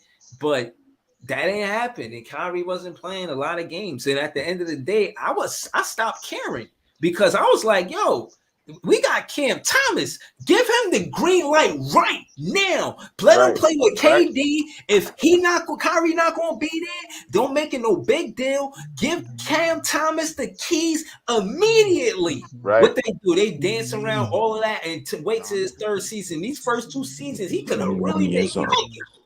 I'm telling you, the other day, we went back and we looked at if he would have been a top 10 draft pick, bro. He definitely better than 27.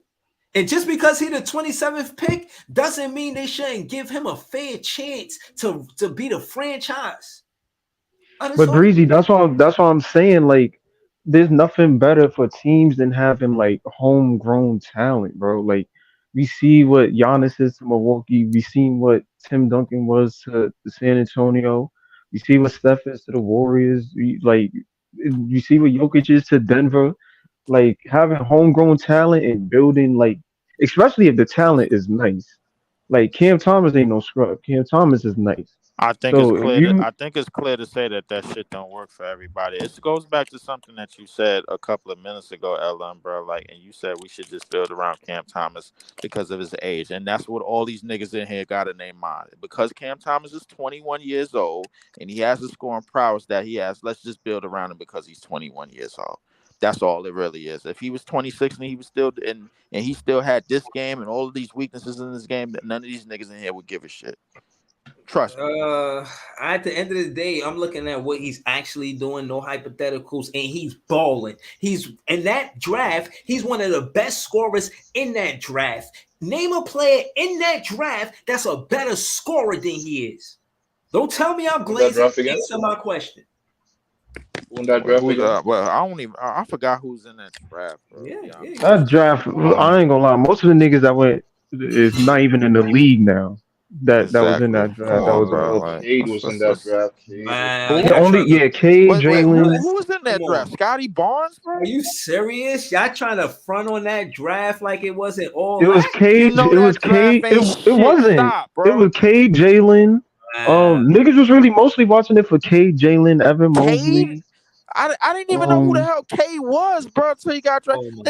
They sent him to the Pistons. That's how much they care about him. Oh my God. The Pistons was number one draft. The Pistons was dirt. The Pistons was dirt. Bro, yeah, that's why And they they sent him needed to a the Pistons, point bro. guard. If it was a nigga if it was a nigga like Wemby or somebody, bro, then I say, oh, all right, bro, like, okay, we saying something, bro. No, bro, they sent these niggas to shitholes. Nah, bro. I mean, that's because Detroit was bad that year. Well, how does that take away from still the bad. talent? So basically you saying just because he better than quote unquote Cade Cunningham and making my point saying that he's the best scorer because he won 27th pick and he could, if they did a redraft, he would be in the top 10. Like I said, that draft in front of him, Cade Cunningham, he a better scorer in my opinion, humbly. Jalen Green, he outplayed him the other day. Evan Mobley, yes, again, not better player, but better scorer. And again, in this league, we see how they run it up. Don't make it seem like scoring points is, he ain't doing all the other shit. No, that shit is big important in the NBA. He a better scorer than Scotty Barnes, Jalen Suggs, Josh. These niggas was going on the scoring run. I ain't gonna lie. This is the top 10. It is, but it depends on how you score, though. Listen. Hold on. You trying to tell me that some of these players can't move around? Hey, in that top 10, Cade Cunningham, Jalen Green, Evan Mobley at 3, Scotty Barnes at 4, Jalen Suggs, Josh Giddey, Jonathan Kuminga, Franz Wagner, Davion Mitchell, Zaire Williams and Davion Mitchell can move around. You trying to tell me that Cam Thomas ain't better than them? I wasn't trying to tell you. I wasn't trying to tell you that, bro. Cam is going to be starting. I wasn't trying to tell you that, bro. What I was trying to tell you, bro, from the start of that draft, all the names that you named, all the way up until Davion Mitchell, bro, none of them niggas is world beaters, bro. None of them niggas is setting the goddamn world on fire, bro.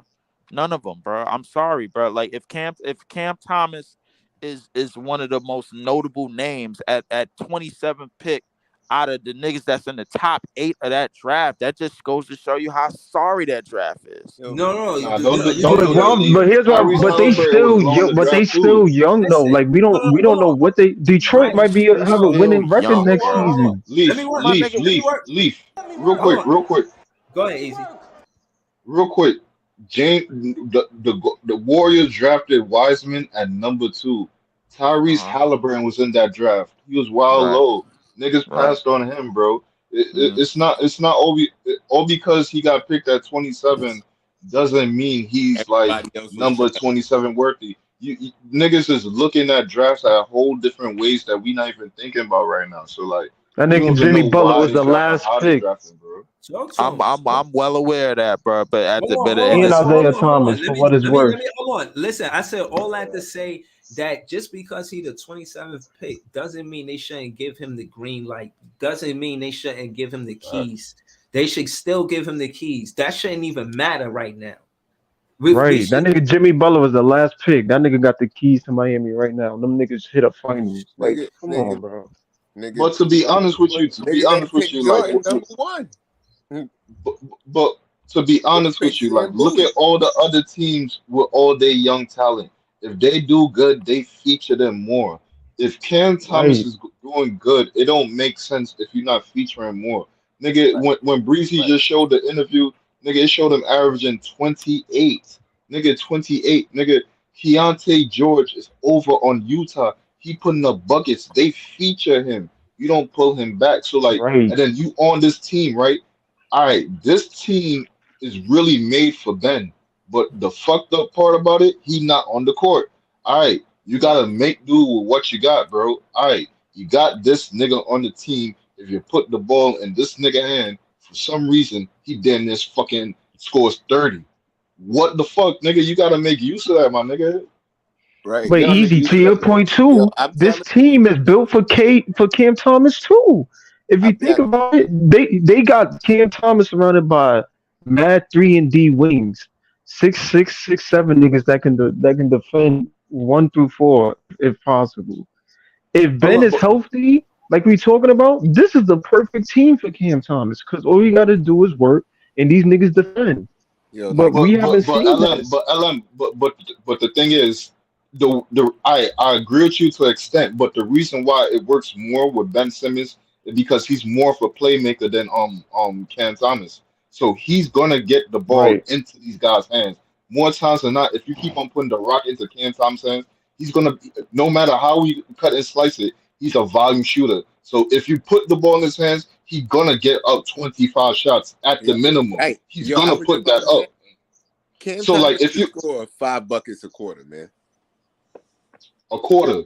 And that's if he's not missing. You feel me? So like he's gonna have volume shots. The reason why it works with Ben Moore, he's gonna look for the best play and he's gonna put it into the 3-and-D guys' best opportunity. Cam Thomas gonna take the shot. So like it works more with it really works with Ben Simmons. The part about it, he's injured, bro. Easy. Hold on. I'm gonna get to these comments. Shout to Easy, man, bringing dope content to the panel.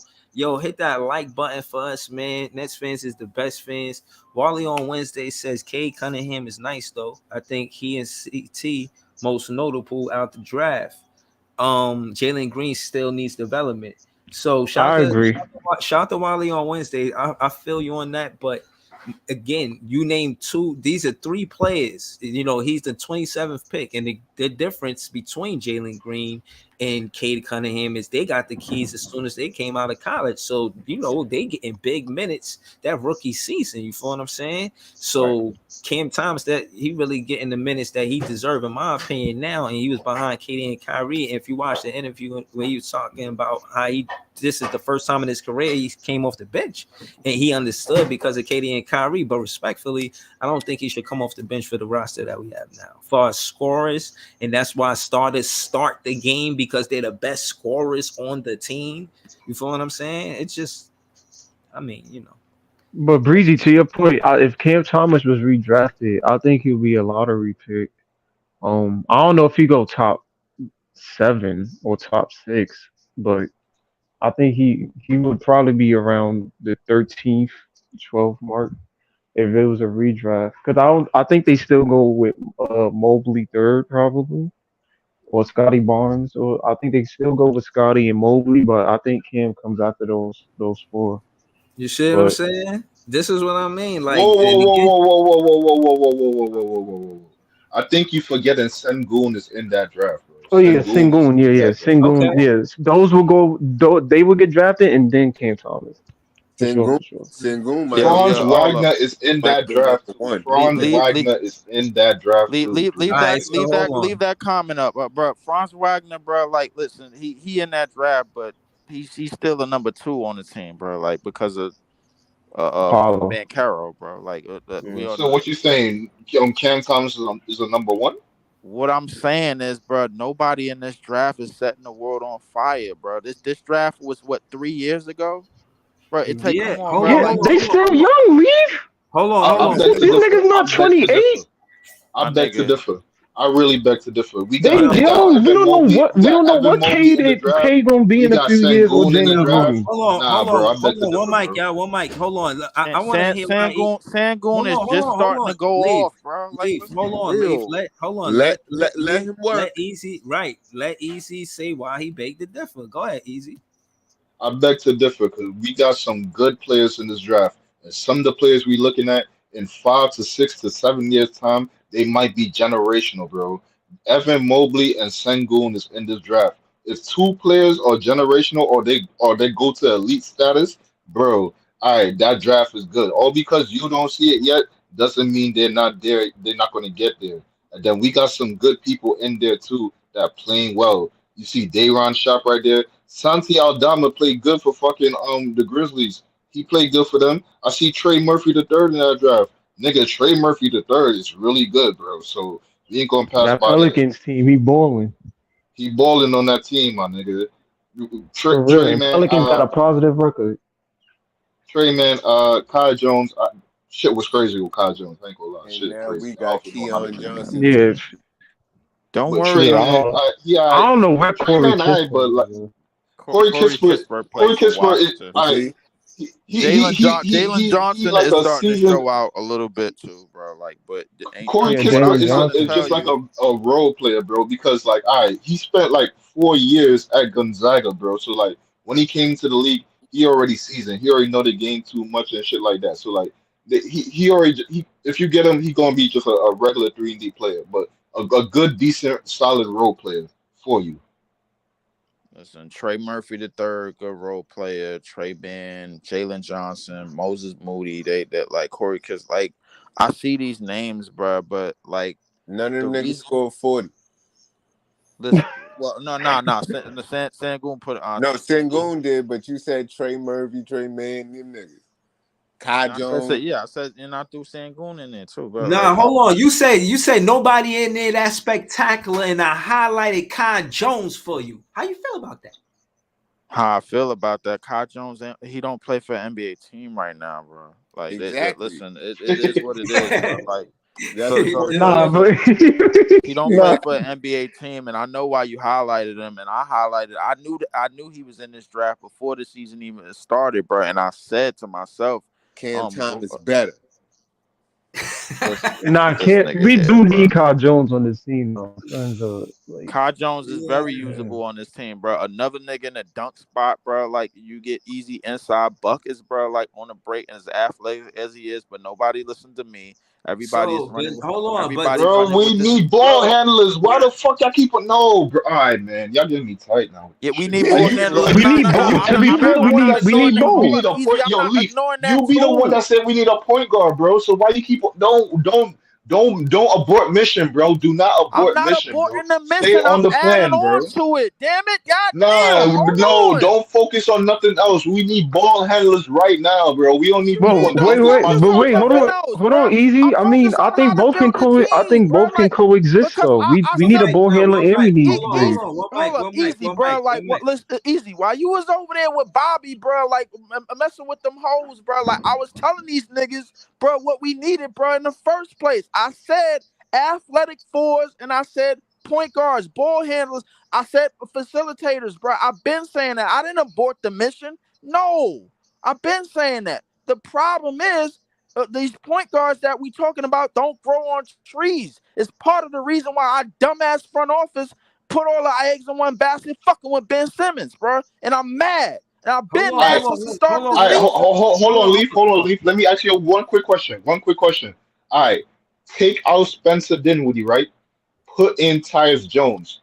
How you think we do? Put in Tyus Jones, bro. I think we're better. But I don't. But at the same time, I still think we good fight, because the thing is, Tyus Jones, just going off of his starting numbers, which is unfair because he played with Jordan Poole and Kuzma. I personally think he would be better with this unit, bro. Like, playing with Jordan Poole and Kuzma, I think that nigga is getting a headache every goddamn day. So hold on. Let me get back to hold on. Let me get back to my original question. Is Kai Jones part of a championship team? So you got you got Kai Jones over Day'Ron Sharpe on a championship team? If we building a champion, hold on. Now, let me explain why I pulled. Hold on, let me finish. The reason why I pulled this draft up was because look at the top 10. The top 10, in my opinion, you're supposed to be building a championship team around them some type of way. And when I look at it, are they Detroit gonna 1, 2, 3? I think Cleveland stays with Evan Mobley, but I'm not sure if Cade's in his career with Detroit. I'm not sure if Jalen Green's in his career with Houston, but I think Evan Mobley will stay with Cleveland. Scotty Barnes with Toronto, yeah, I give it to him. Orlando with Sucks, nah. Giddey, OKC, you got it. Kuminga, Warriors, no. Frags Wagner, Orlando, yep. Davion Mitchell, nope. No, him, just no. And nah. So what I'm saying is they supposed to be, those high draft picks are supposed to be part of a championship team. That's what you're supposed to be doing with them. You know what I mean? Same thing like Wembanyama and the Spurs, right? So case in point, Yeah, you was asking me Cam about Thomas, Cam you Jones. could do that with Cam Thomas, and he had 27th pick. And the difference between the 27th pick and the top 10 pick is the minutes. Look at the minutes they logged. Now, that being said, the most minutes logged in that draft right now is by Scotty Barnes. Scotty Barnes gets the most minutes out of that draft. When you won look Rookie of the Year. Look, Cam Thomas is 16. No, what I'm saying is this. You got to use that, in my opinion, like a sort of a barometer to how important a player is. If we looked at the stat and he was a 27th pick then, and he was still a 27th, I would say there's no progress. But because he went from 27 to 16, I would say there's progress. You feel what I'm saying? Well, Is that nigga AO in the I would say roster? there is progress. I would say there is progress, but I wanted to get back to the original question. Let me make my point because I think y'all think it's just about Cam Thomas. Imagine OKC with Sengun right now. Look at Sengun. He was a 16th pick, and now he was a Herb fucking Jones was in that he draft. was a 16th pick, and he made his team better. Like, these players is supposed to make the team better. That's where you get these players in the draft. And some of these players don't last with the team that draft them, and they become free agents. And that's why Herb Jones balling for that Pelican team. But Breezy, here's the thing, right? Here's the thing with the draft, right? I wanted to get back to your Kai Don't Jones. miss what Cam Thomas' true word. I wanted to get back to your Kai Don't Jones miss what question. Cam Thomas. I wanted to get back to your Kai Jones question, bro, because that was an interesting Is question. he part of a championship team? Hold on. We're going to ask the Nets fans, and we're asking the chat. Who y'all want on the championship team coming off the bench? Day'Ron Sharpe or Kai Jones? Day'Ron Sharpe or Kai Jones? What, you asking me? No, I'm asking Nah, he asked everybody. everybody. Day'Ron Sharpe or Kai Jones on a championship team. You can only have I ain't gonna lie. I wouldn't mind Kai Jones. That's one for Kai Jones, two for Leaf, of course. So I wanted to explain why, because Easy got the tiebreaker. I wanted to the league right now, man. I wanted You to don't got a explain job, man. I just wanted to explain why I thought Kai Jones is the intricate part, because I look at his talent level the same way I look at Aaron Gordon. Aaron Gordon is an athletic four, bro. You could throw him on wings, bro, like the same way Denver did. How did Denver use Aaron Gordon? They used him, putting him on KD, putting him on LeBron, putting him on Jimmy Butler. And what happened? They got a title out of it. I think they played him. You could do the same. You could do the same thing. You could do the same exact thing with Kai Jones, because he athletic enough, bro, to guard the threes and the fours, bro, to the athletic threes and the fours and those type of threes and fours. He's athletic enough to put on a wing scorer or wing guy, bro. Like, he's athletic enough. It just depends on how the team is. But he could realistically start it according to his talent, but he's not gonna get that opportunity because he ain't on the team right now. His talent, bro, like, he could literally start on an NBA championship contending team. He literally can. His talent is exact. His skill set is almost exactly like Aaron Gordon's. You say Kai Jones could start on a championship. His skill set is exact. His skill set. I see Aaron Gordon. All right. So listen, I'm not debating you. I'm listening to what you say. But what I'm saying is, so you feel that way about Kai Jones. I feel that way about Cam Thomas. So, Yo, why in don't you a- just in look a at the sen- numbers, man? You got feel to that way look. about Kai Johnson? We feel that way about Cam Thomas as a number 1 or number 2, bro. I don't. The reason being is because everything that's contingent, bro, on what's going forward in this league, really is predicated to height. Look at the niggas that's being drafted. You got Wemby, Chet, Man, I ain't all these drafted none of that shit. I see it go up all Nurkic these chest. poetry ass niggas, bro. Look at the team that just won a championship, bro. They won it with Joker and a bunch of tall niggas, bro, all over the place. They got MPJ at the 3 who like 6'8", Bro, 6'9". I'm not. I still disagree with you, bro. I Of mean, course, I you hear still what you're disagree with me, saying, but just because you said it, don't mean I agree with that shit. but you agree that you could build any type of you could take any type of talent out of the draft as long as they show some skill set and they playing good and build around them and build a championship team. It don't fucking work that way. Bro, you said that about me saying something. I didn't say that shit. You got this narrative of something I said. I did not say that. What I'm saying, you've been praising the draft. You've been praising picks like Joker and Giannis and all of these players that won championships, bro. They won championships because their talent is more elite than everybody else's, bro. Listen, what I'm saying you is, think Cam Thomas is the only nigga that could do what he's doing in the league, bro? No, bro. You saying I'm saying that? I'm waiting for you to stop talking so I can say what I'm saying.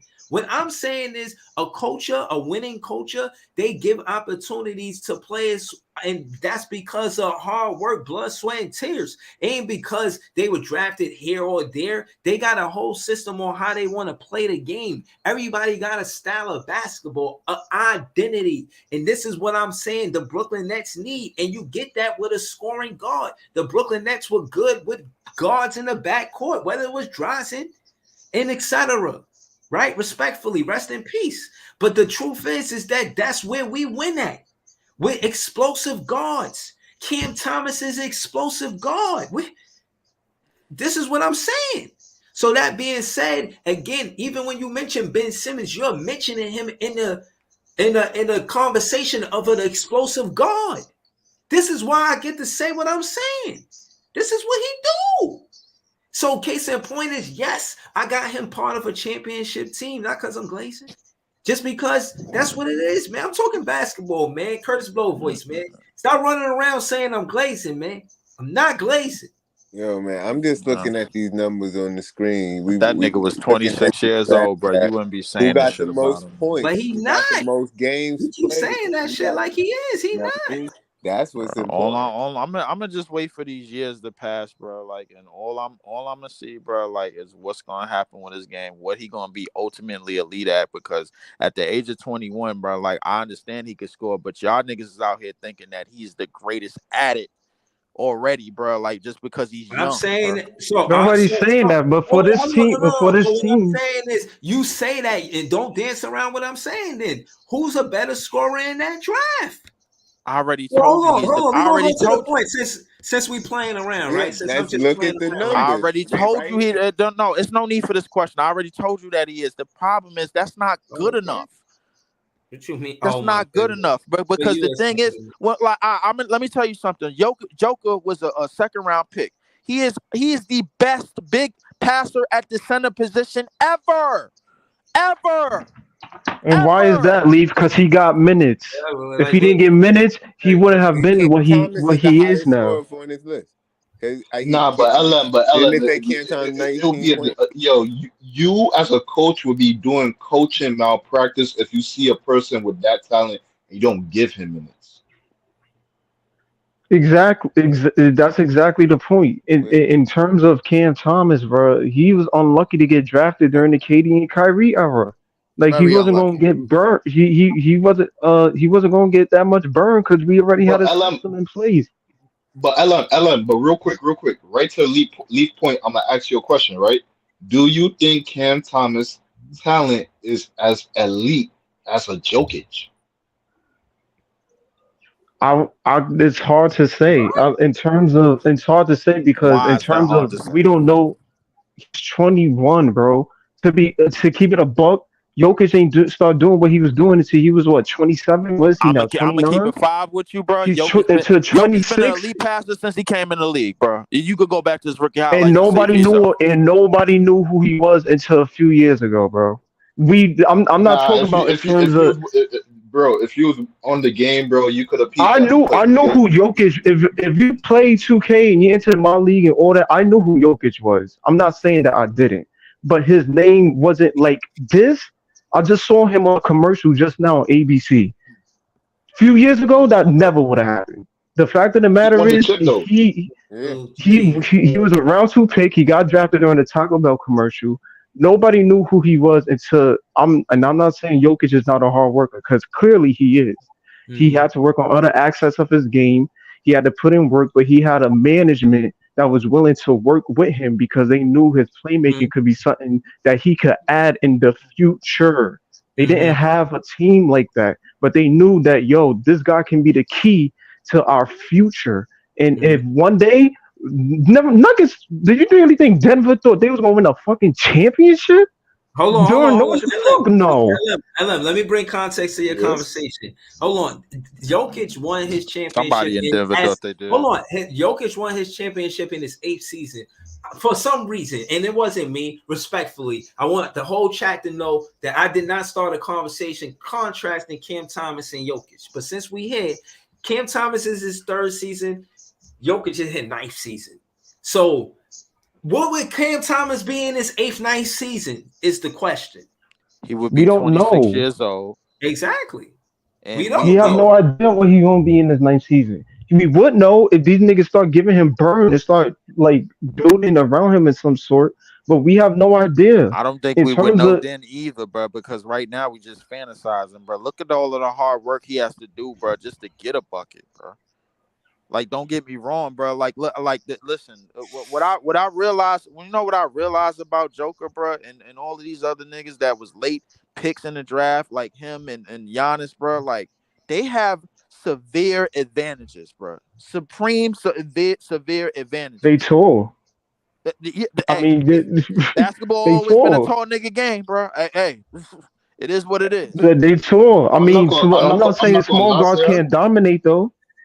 I'm not gonna say small guards can't dominate. We've seen that over the years. We've seen what AI did. How many small guards are champions, bro? I'll give you 2. Steph Curry, Isaiah Thomas from the Pistons. Right. Hold on. Go ahead. What is Easy gonna say? Go ahead. But you get a lot of small guards get into like the conference finals and shit like that. So it's a crazy double-edged sword. I'm not gonna lie to you, but I'm not gonna lie to you though.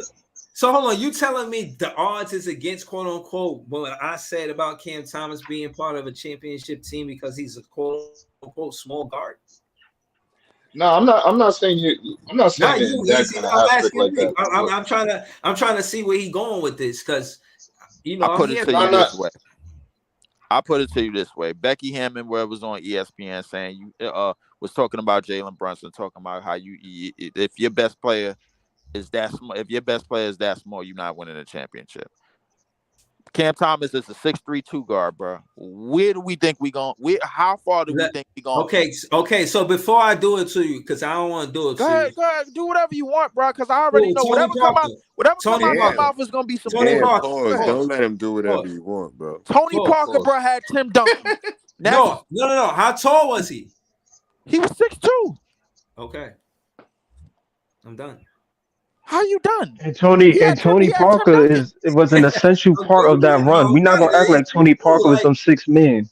No, don't. I think Tony Parker was an essential part of that run. So Cam Thomas is the number 2 on the championship team. So hold on. What was, in your opinion, what was Tony Parker to that team? Of course, he wasn't Tim Duncan, but what was he to that team?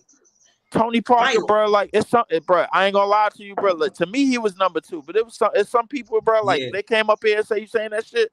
They argue, bro, that he was the number 3 on that champion. No. It's not about arguing whether or not he was a 2 or 3. But Breezy, here's why: if somebody come here and they better than Cam Thomas, I'm not. And Cam Thomas is the number 2. I ain't mad at that. If we would have checked. Hold on. What I'm saying is, regardless, it's not like they replaced Tony Parker with some 6'5" guy or 6'6" point guard, and it would have made it work. No, Tony Parker made it work because Tony Parker made it work, whether he's 6'2" or 6'1.5". It was because of him. So again, I debate stuff. Well, and I it wasn't, bro, don't agree but with because that of as Duncan, bro. 100%. Because they didn't do a damn thing without Tim Duncan anchoring that defense and But being no, a but post who presence. did they win it without Tony Parker? Do they have a championship without Tony Parker? Do they have a championship without Tony Parker on the roster? No. Okay, there's my. Then again, you could I, win. I- but I mean, but right now, on your you team. And he's right now, I no. swear he's not like. Come on, No, man. see, right now, bro. When I say Tim Duncan and then you say Tony Parker, right? You arguing kings of the gods, bro. Like, come on, bro. Like, we all Bruh. know what Tim Duncan meant to that damn franchise, bro. Stop do it. You calling a Spur a god? So let's do it, man.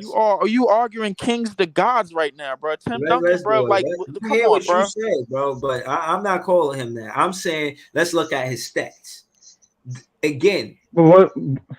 But He was- Breezy, to Hold your on, point, that pick and Go ahead, roll continue. is what made this is my point.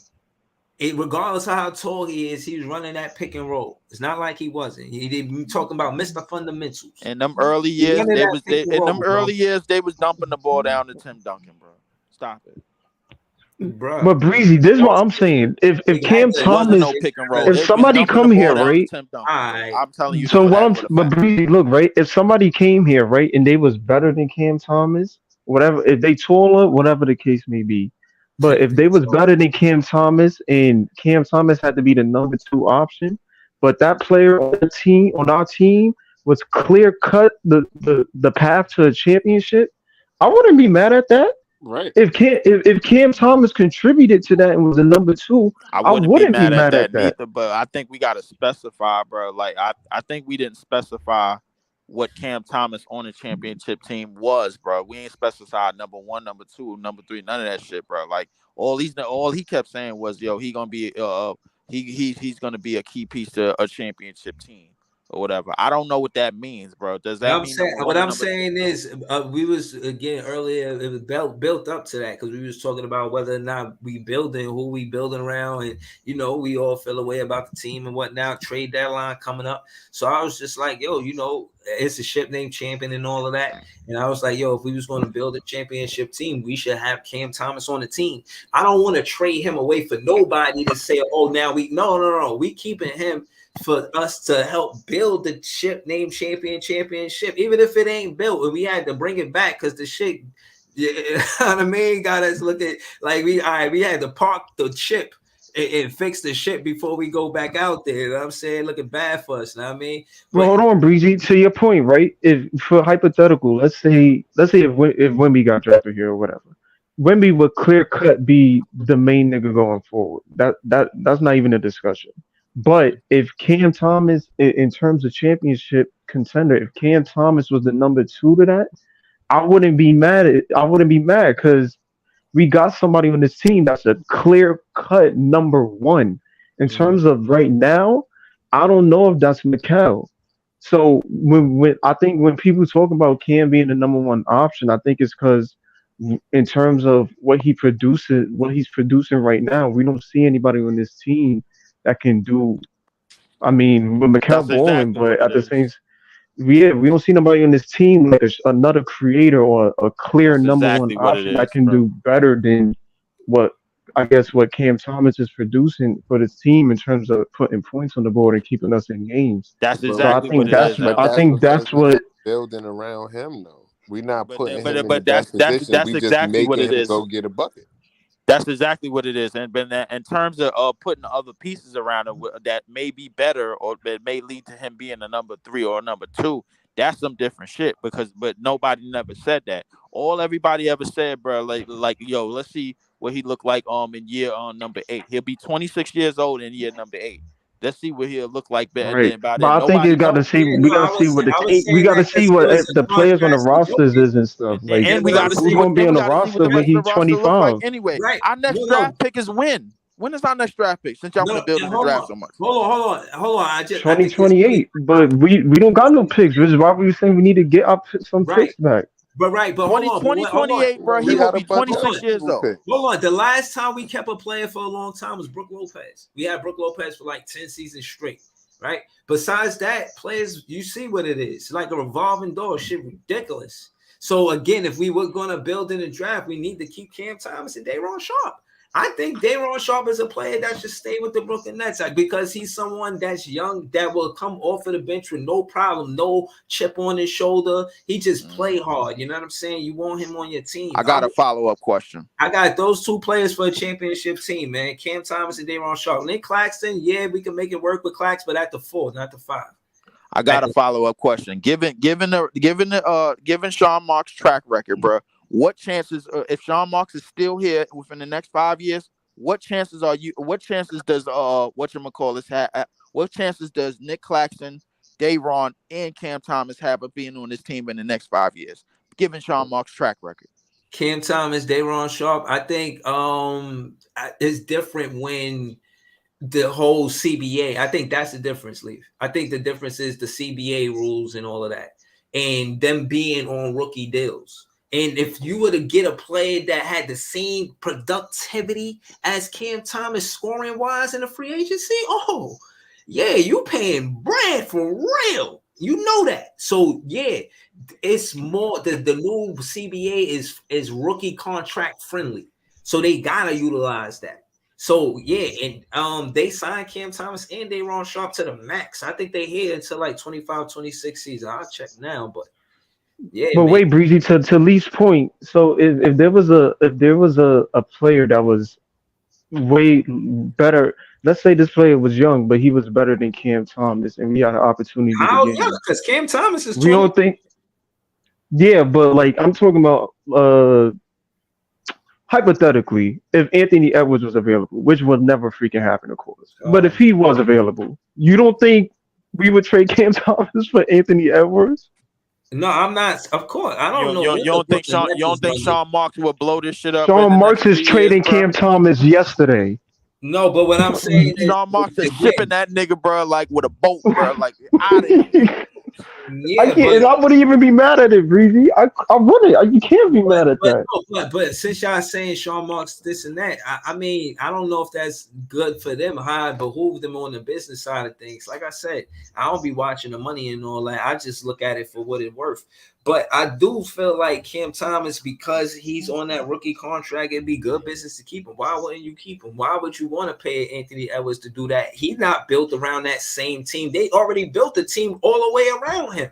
So if you smart, they got him from the draft. You do the same thing with Cam Thomas. Hold on, let me ask you this. Do you think that the Minnesota Timberwolves could afford even to go bare? For him to even be there, they have to have Anthony Edwards to even want to come there. And that's because Anthony Edwards is on a rookie contract. If he wasn't on that rookie contract, there's no way they could get a player like Anthony Edwards, bro. Not with the new CBA. Right. But at the same time, bro, like we talking the next 5 years. In the next 5 years, that rookie contract will be on another extensive contract, and there'll be a time to extend it.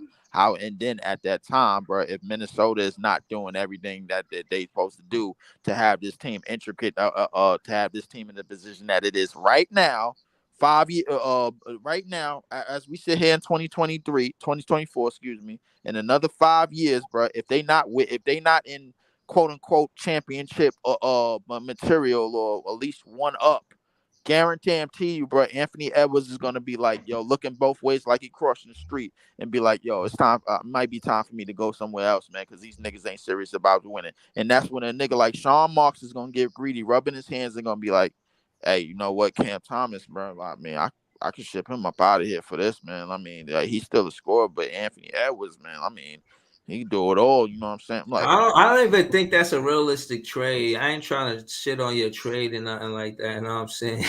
No, I think he's talking about like a free if it was like a free agency. Like who? Yo, nah, I don't like. We talking 5 years down the line. That's what we talking about. To be fair, we don't know what can happen 5 years down the line. That could be possible where this nigga becomes disgruntled. That was bro. The odds. Let me go get the time stone real quick. I'll tell you what's gonna happen. Hold on. The odds of them trying to trade, nah.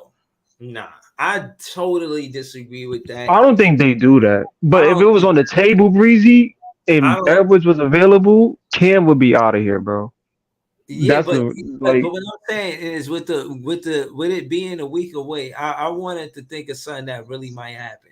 And again, that being said, it's not necessarily that they just. I mean, he's just that great. It's also that team is winning. And again, they built that team around him. Rudy Gobert would not go there if Anthony Edwards was not there. They can't. Minnesota cannot afford to pay both of them. Not with right. Anthony Edwards, not on that rookie contract. You know what kind of bread? And then it's in Minnesota. You think players want to play in Minnesota? Yo. Here's another thing. Here's another thing that you missed about the CBA. You missed about the CBA. The CBA is not only rookie friendly, but it's also did you draft just player friendly? So players like Cat and players like Anthony Edwards, bruh, they could get every single dollar, kind of like how Jaylen Brown and Jason Tatum is about to get every single dollar from their organization. You remember them two niggas that we were supposed to have, bro, and we gave them up for KG and Paul Pierce? Yeah, them two.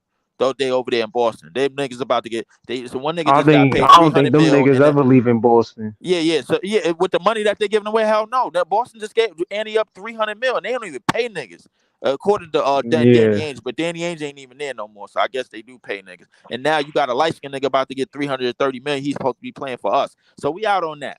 So now you let's fly all the way to Minnesota, where the Timberwolves drafted at number 1 and back in 2016. Who did they draft? Karl-Anthony Towns. At number 1, who did they draft? Some years later, who did they draft? Anthony Edwards. Both are they picks. So guess what? All of them niggas is gonna be assigned at some day. If shit is still going right in Minnesota, when years later they're gonna be assigned to guess what? $300 million or whatever the max deal is gonna be, because there's some new TV contracts coming out and they want these players to play. That's why they got the 65-game incentive that they got, because they need these niggas to hit the court. So they basically gave these niggas a curfew and say, yo, y'all niggas either hit the court or y'all gonna lose some bread. And that's basically what they did. So we was like, so remember how we was like, yo, if players don't play, they need to get their bread taken away. Well, that's basically kind of what they doing.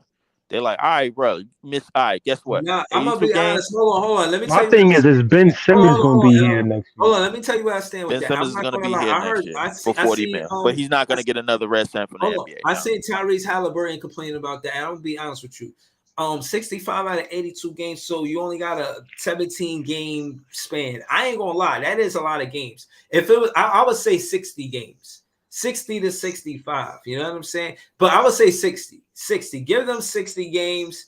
You know what I mean? That's pretty. I think the fans still win with 60 games. But Breezy, niggas was saying that why these niggas complaining about playing more games? I went off on Chill page or on the Chill show earlier about this. I'm like, why does somebody gotta put incentives and shit on you to get you to go to work? If you get paid to go to work, go to work, my nigga. They giving you top paper, my nigga, and you still got other shit on your mind. You worrying about which bitch is sitting on. You worrying about which bitch is sitting on the sideline. Which one of these IGs hoes you want to fuck? You worrying about podcasts. You worrying about jewelry. You worrying about Balenciagas and shows shit away from basketball. Do your goddamn job. Do what you was paid for. Exactly. Do what you got here for. Do what you grew up to and least made point, your money off of. Do that. And to least point, with the difference between these niggas and the last superstars with Kobe and these niggas, bro. These niggas was worried on basketball, bro. They ain't give a fuck what these niggas added in the league. As long as they was able to play and put in their work and win their chips. Like, these niggas complaining about extra games being played. That's your job. Niggas, you are a basketball player. Right now, to add to y'all conversation, I feel like that's what's wrong with, not wrong, but the reality of loving the lifestyle and then falling out of love for the game. Like, you did what you did to get the lifestyle you wanted. You got the lifestyle you wanted. Now you don't really have love for the game like you did before you got the lifestyle. You feel what I'm saying? And sometimes I question that. And again, I only do that because as a fan, I always want to see a player, compete at their best. Like, they really want to beat that team. Like, they really out there trying to win. Again, if they doing that every night, that makes sense to me as a fan. Like, now I'm watching the game, I'm enjoying it. But if they half-assing, like, I ain't gonna lie, when Spence was not contesting those threes, Eric Gordon was lighting us up all night. And he was just like watching him shoot threes. I'm like, are you kidding me? Like, Yeah, because they was But doubling the booking. defensive They was game, but the doubling reason booking why we was KD. giving up those threes is because the defensive game plan was the blitz and to try to show some type of bullshit ass It wasn't for fresh. working, bro. We gave Of up a course lot it of wasn't points working. tonight, Of bro. course it wasn't working, bro. We It's gave the up. Because it's we the had no game plan freaking. of the We didn't have coaches, bro. Clowney. We didn't have Giles. Like niggas. And this is the reason why I come in here after every game, bro. I don't blame the damn players because the players are being put in this situation, bro, that's clearly not working, and they got to keep walk around eggshells and stay positive about it. That think that it's gonna work when it's really not gonna work, and they know it's not gonna work. The only people that don't know it's not gonna work or clearly oblivious to it is the damn front office and the coaching staff, which put all their eggs in the basket of Ben Simmons, and they built this team around him, bro, and they know was incompetent without a fucking guard.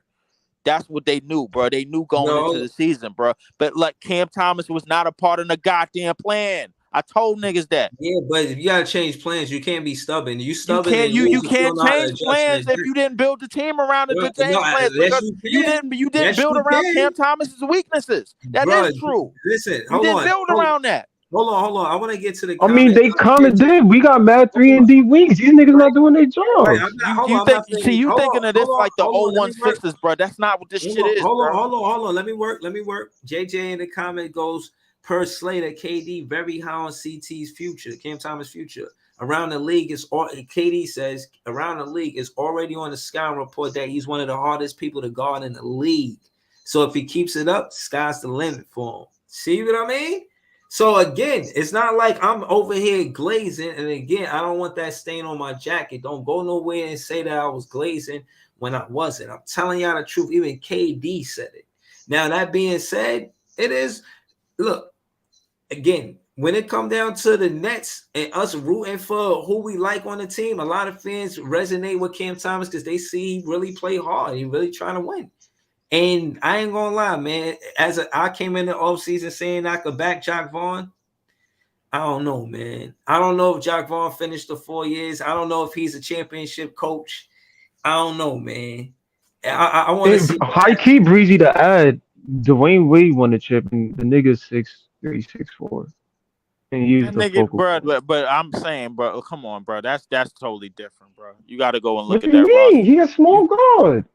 Dwayne Wade, bro. First off, Dwayne Wade is about a good 6'4", 6'5", and second, bro, like he's always been a slashing guard, bro. Like and three, that was a different league, bro. Like that, if you go look back at that team with him and Shaq, they was a whole lot better than a lot of the teams running around. That's not the case, bro. We can't do this. We got the same looking team as some team back in 01 or early 2000s. I'm not saying that, but what I'm saying is we can't limit Cam Thomas just because he's small. I feel like if you put in Claxton or whatever, cool. I'm not saying Claxton is Shaq, but if we gonna build around him, Wade had defenders and niggas around him that I mean he was a good defender Wade too. Had a different skill set than Cam Thomas too, bro. We all know that. His skill set, bro, it still led to a chip. Yeah, but his skill set led into a chip. Cam Thomas's skill set, bro, like is leading to him getting 40 and everything. But we got to figure out everything that's going on with the rest of the team because let's face facts. This roster was not built around him. We only think it is because we got 3-and-D players, but we don't have a defensive strategy. That's the problem. So that's what happens when you gotta switch it up. Then if shit's going the wrong way, that's where you gotta switch up plans. Hold on, yeah. If you really got the GM.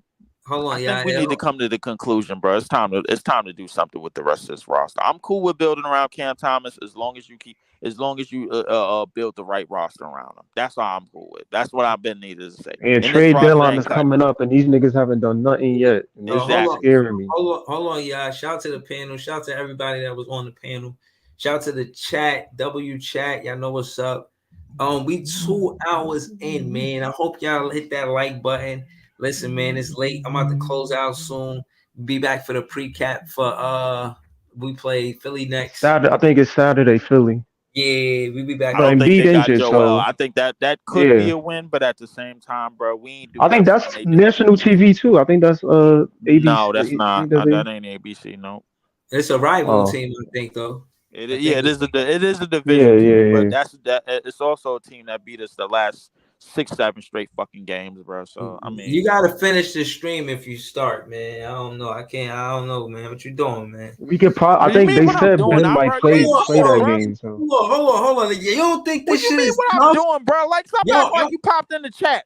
No, bro. I ain't see you in there. What I'm saying, listen, I was at work. I didn't even watch the game, bro. I told y'all that I was listening to the game.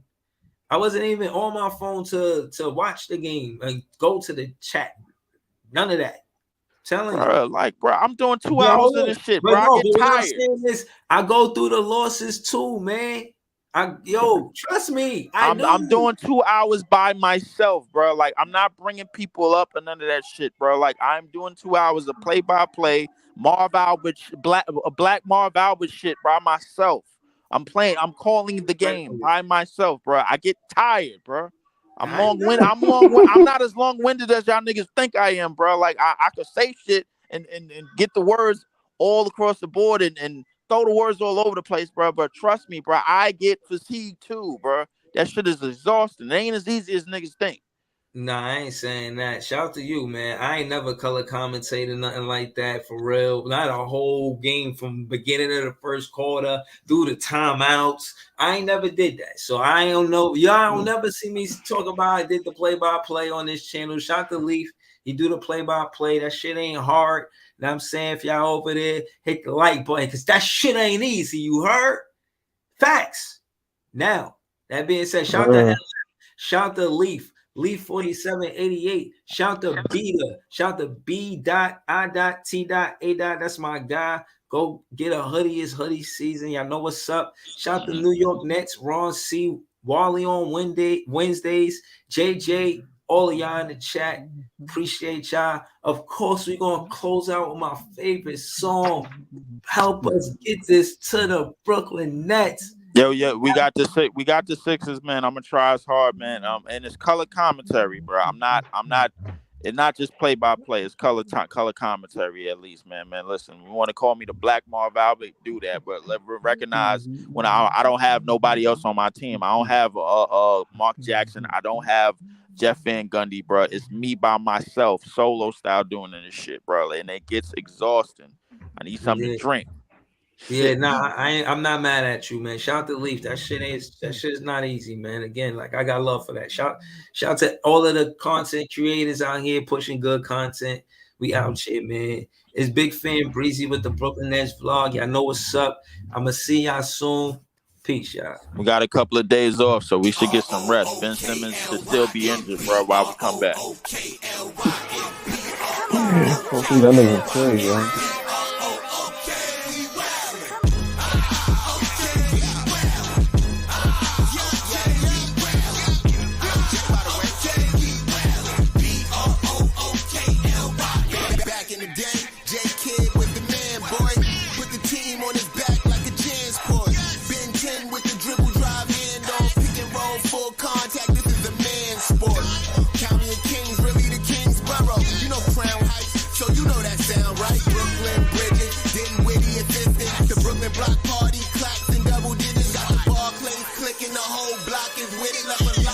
Table now, we coming to get it. The shook one's gone, we too Brooklyn strong. Can't stop, won't stop from the Brooklyn block.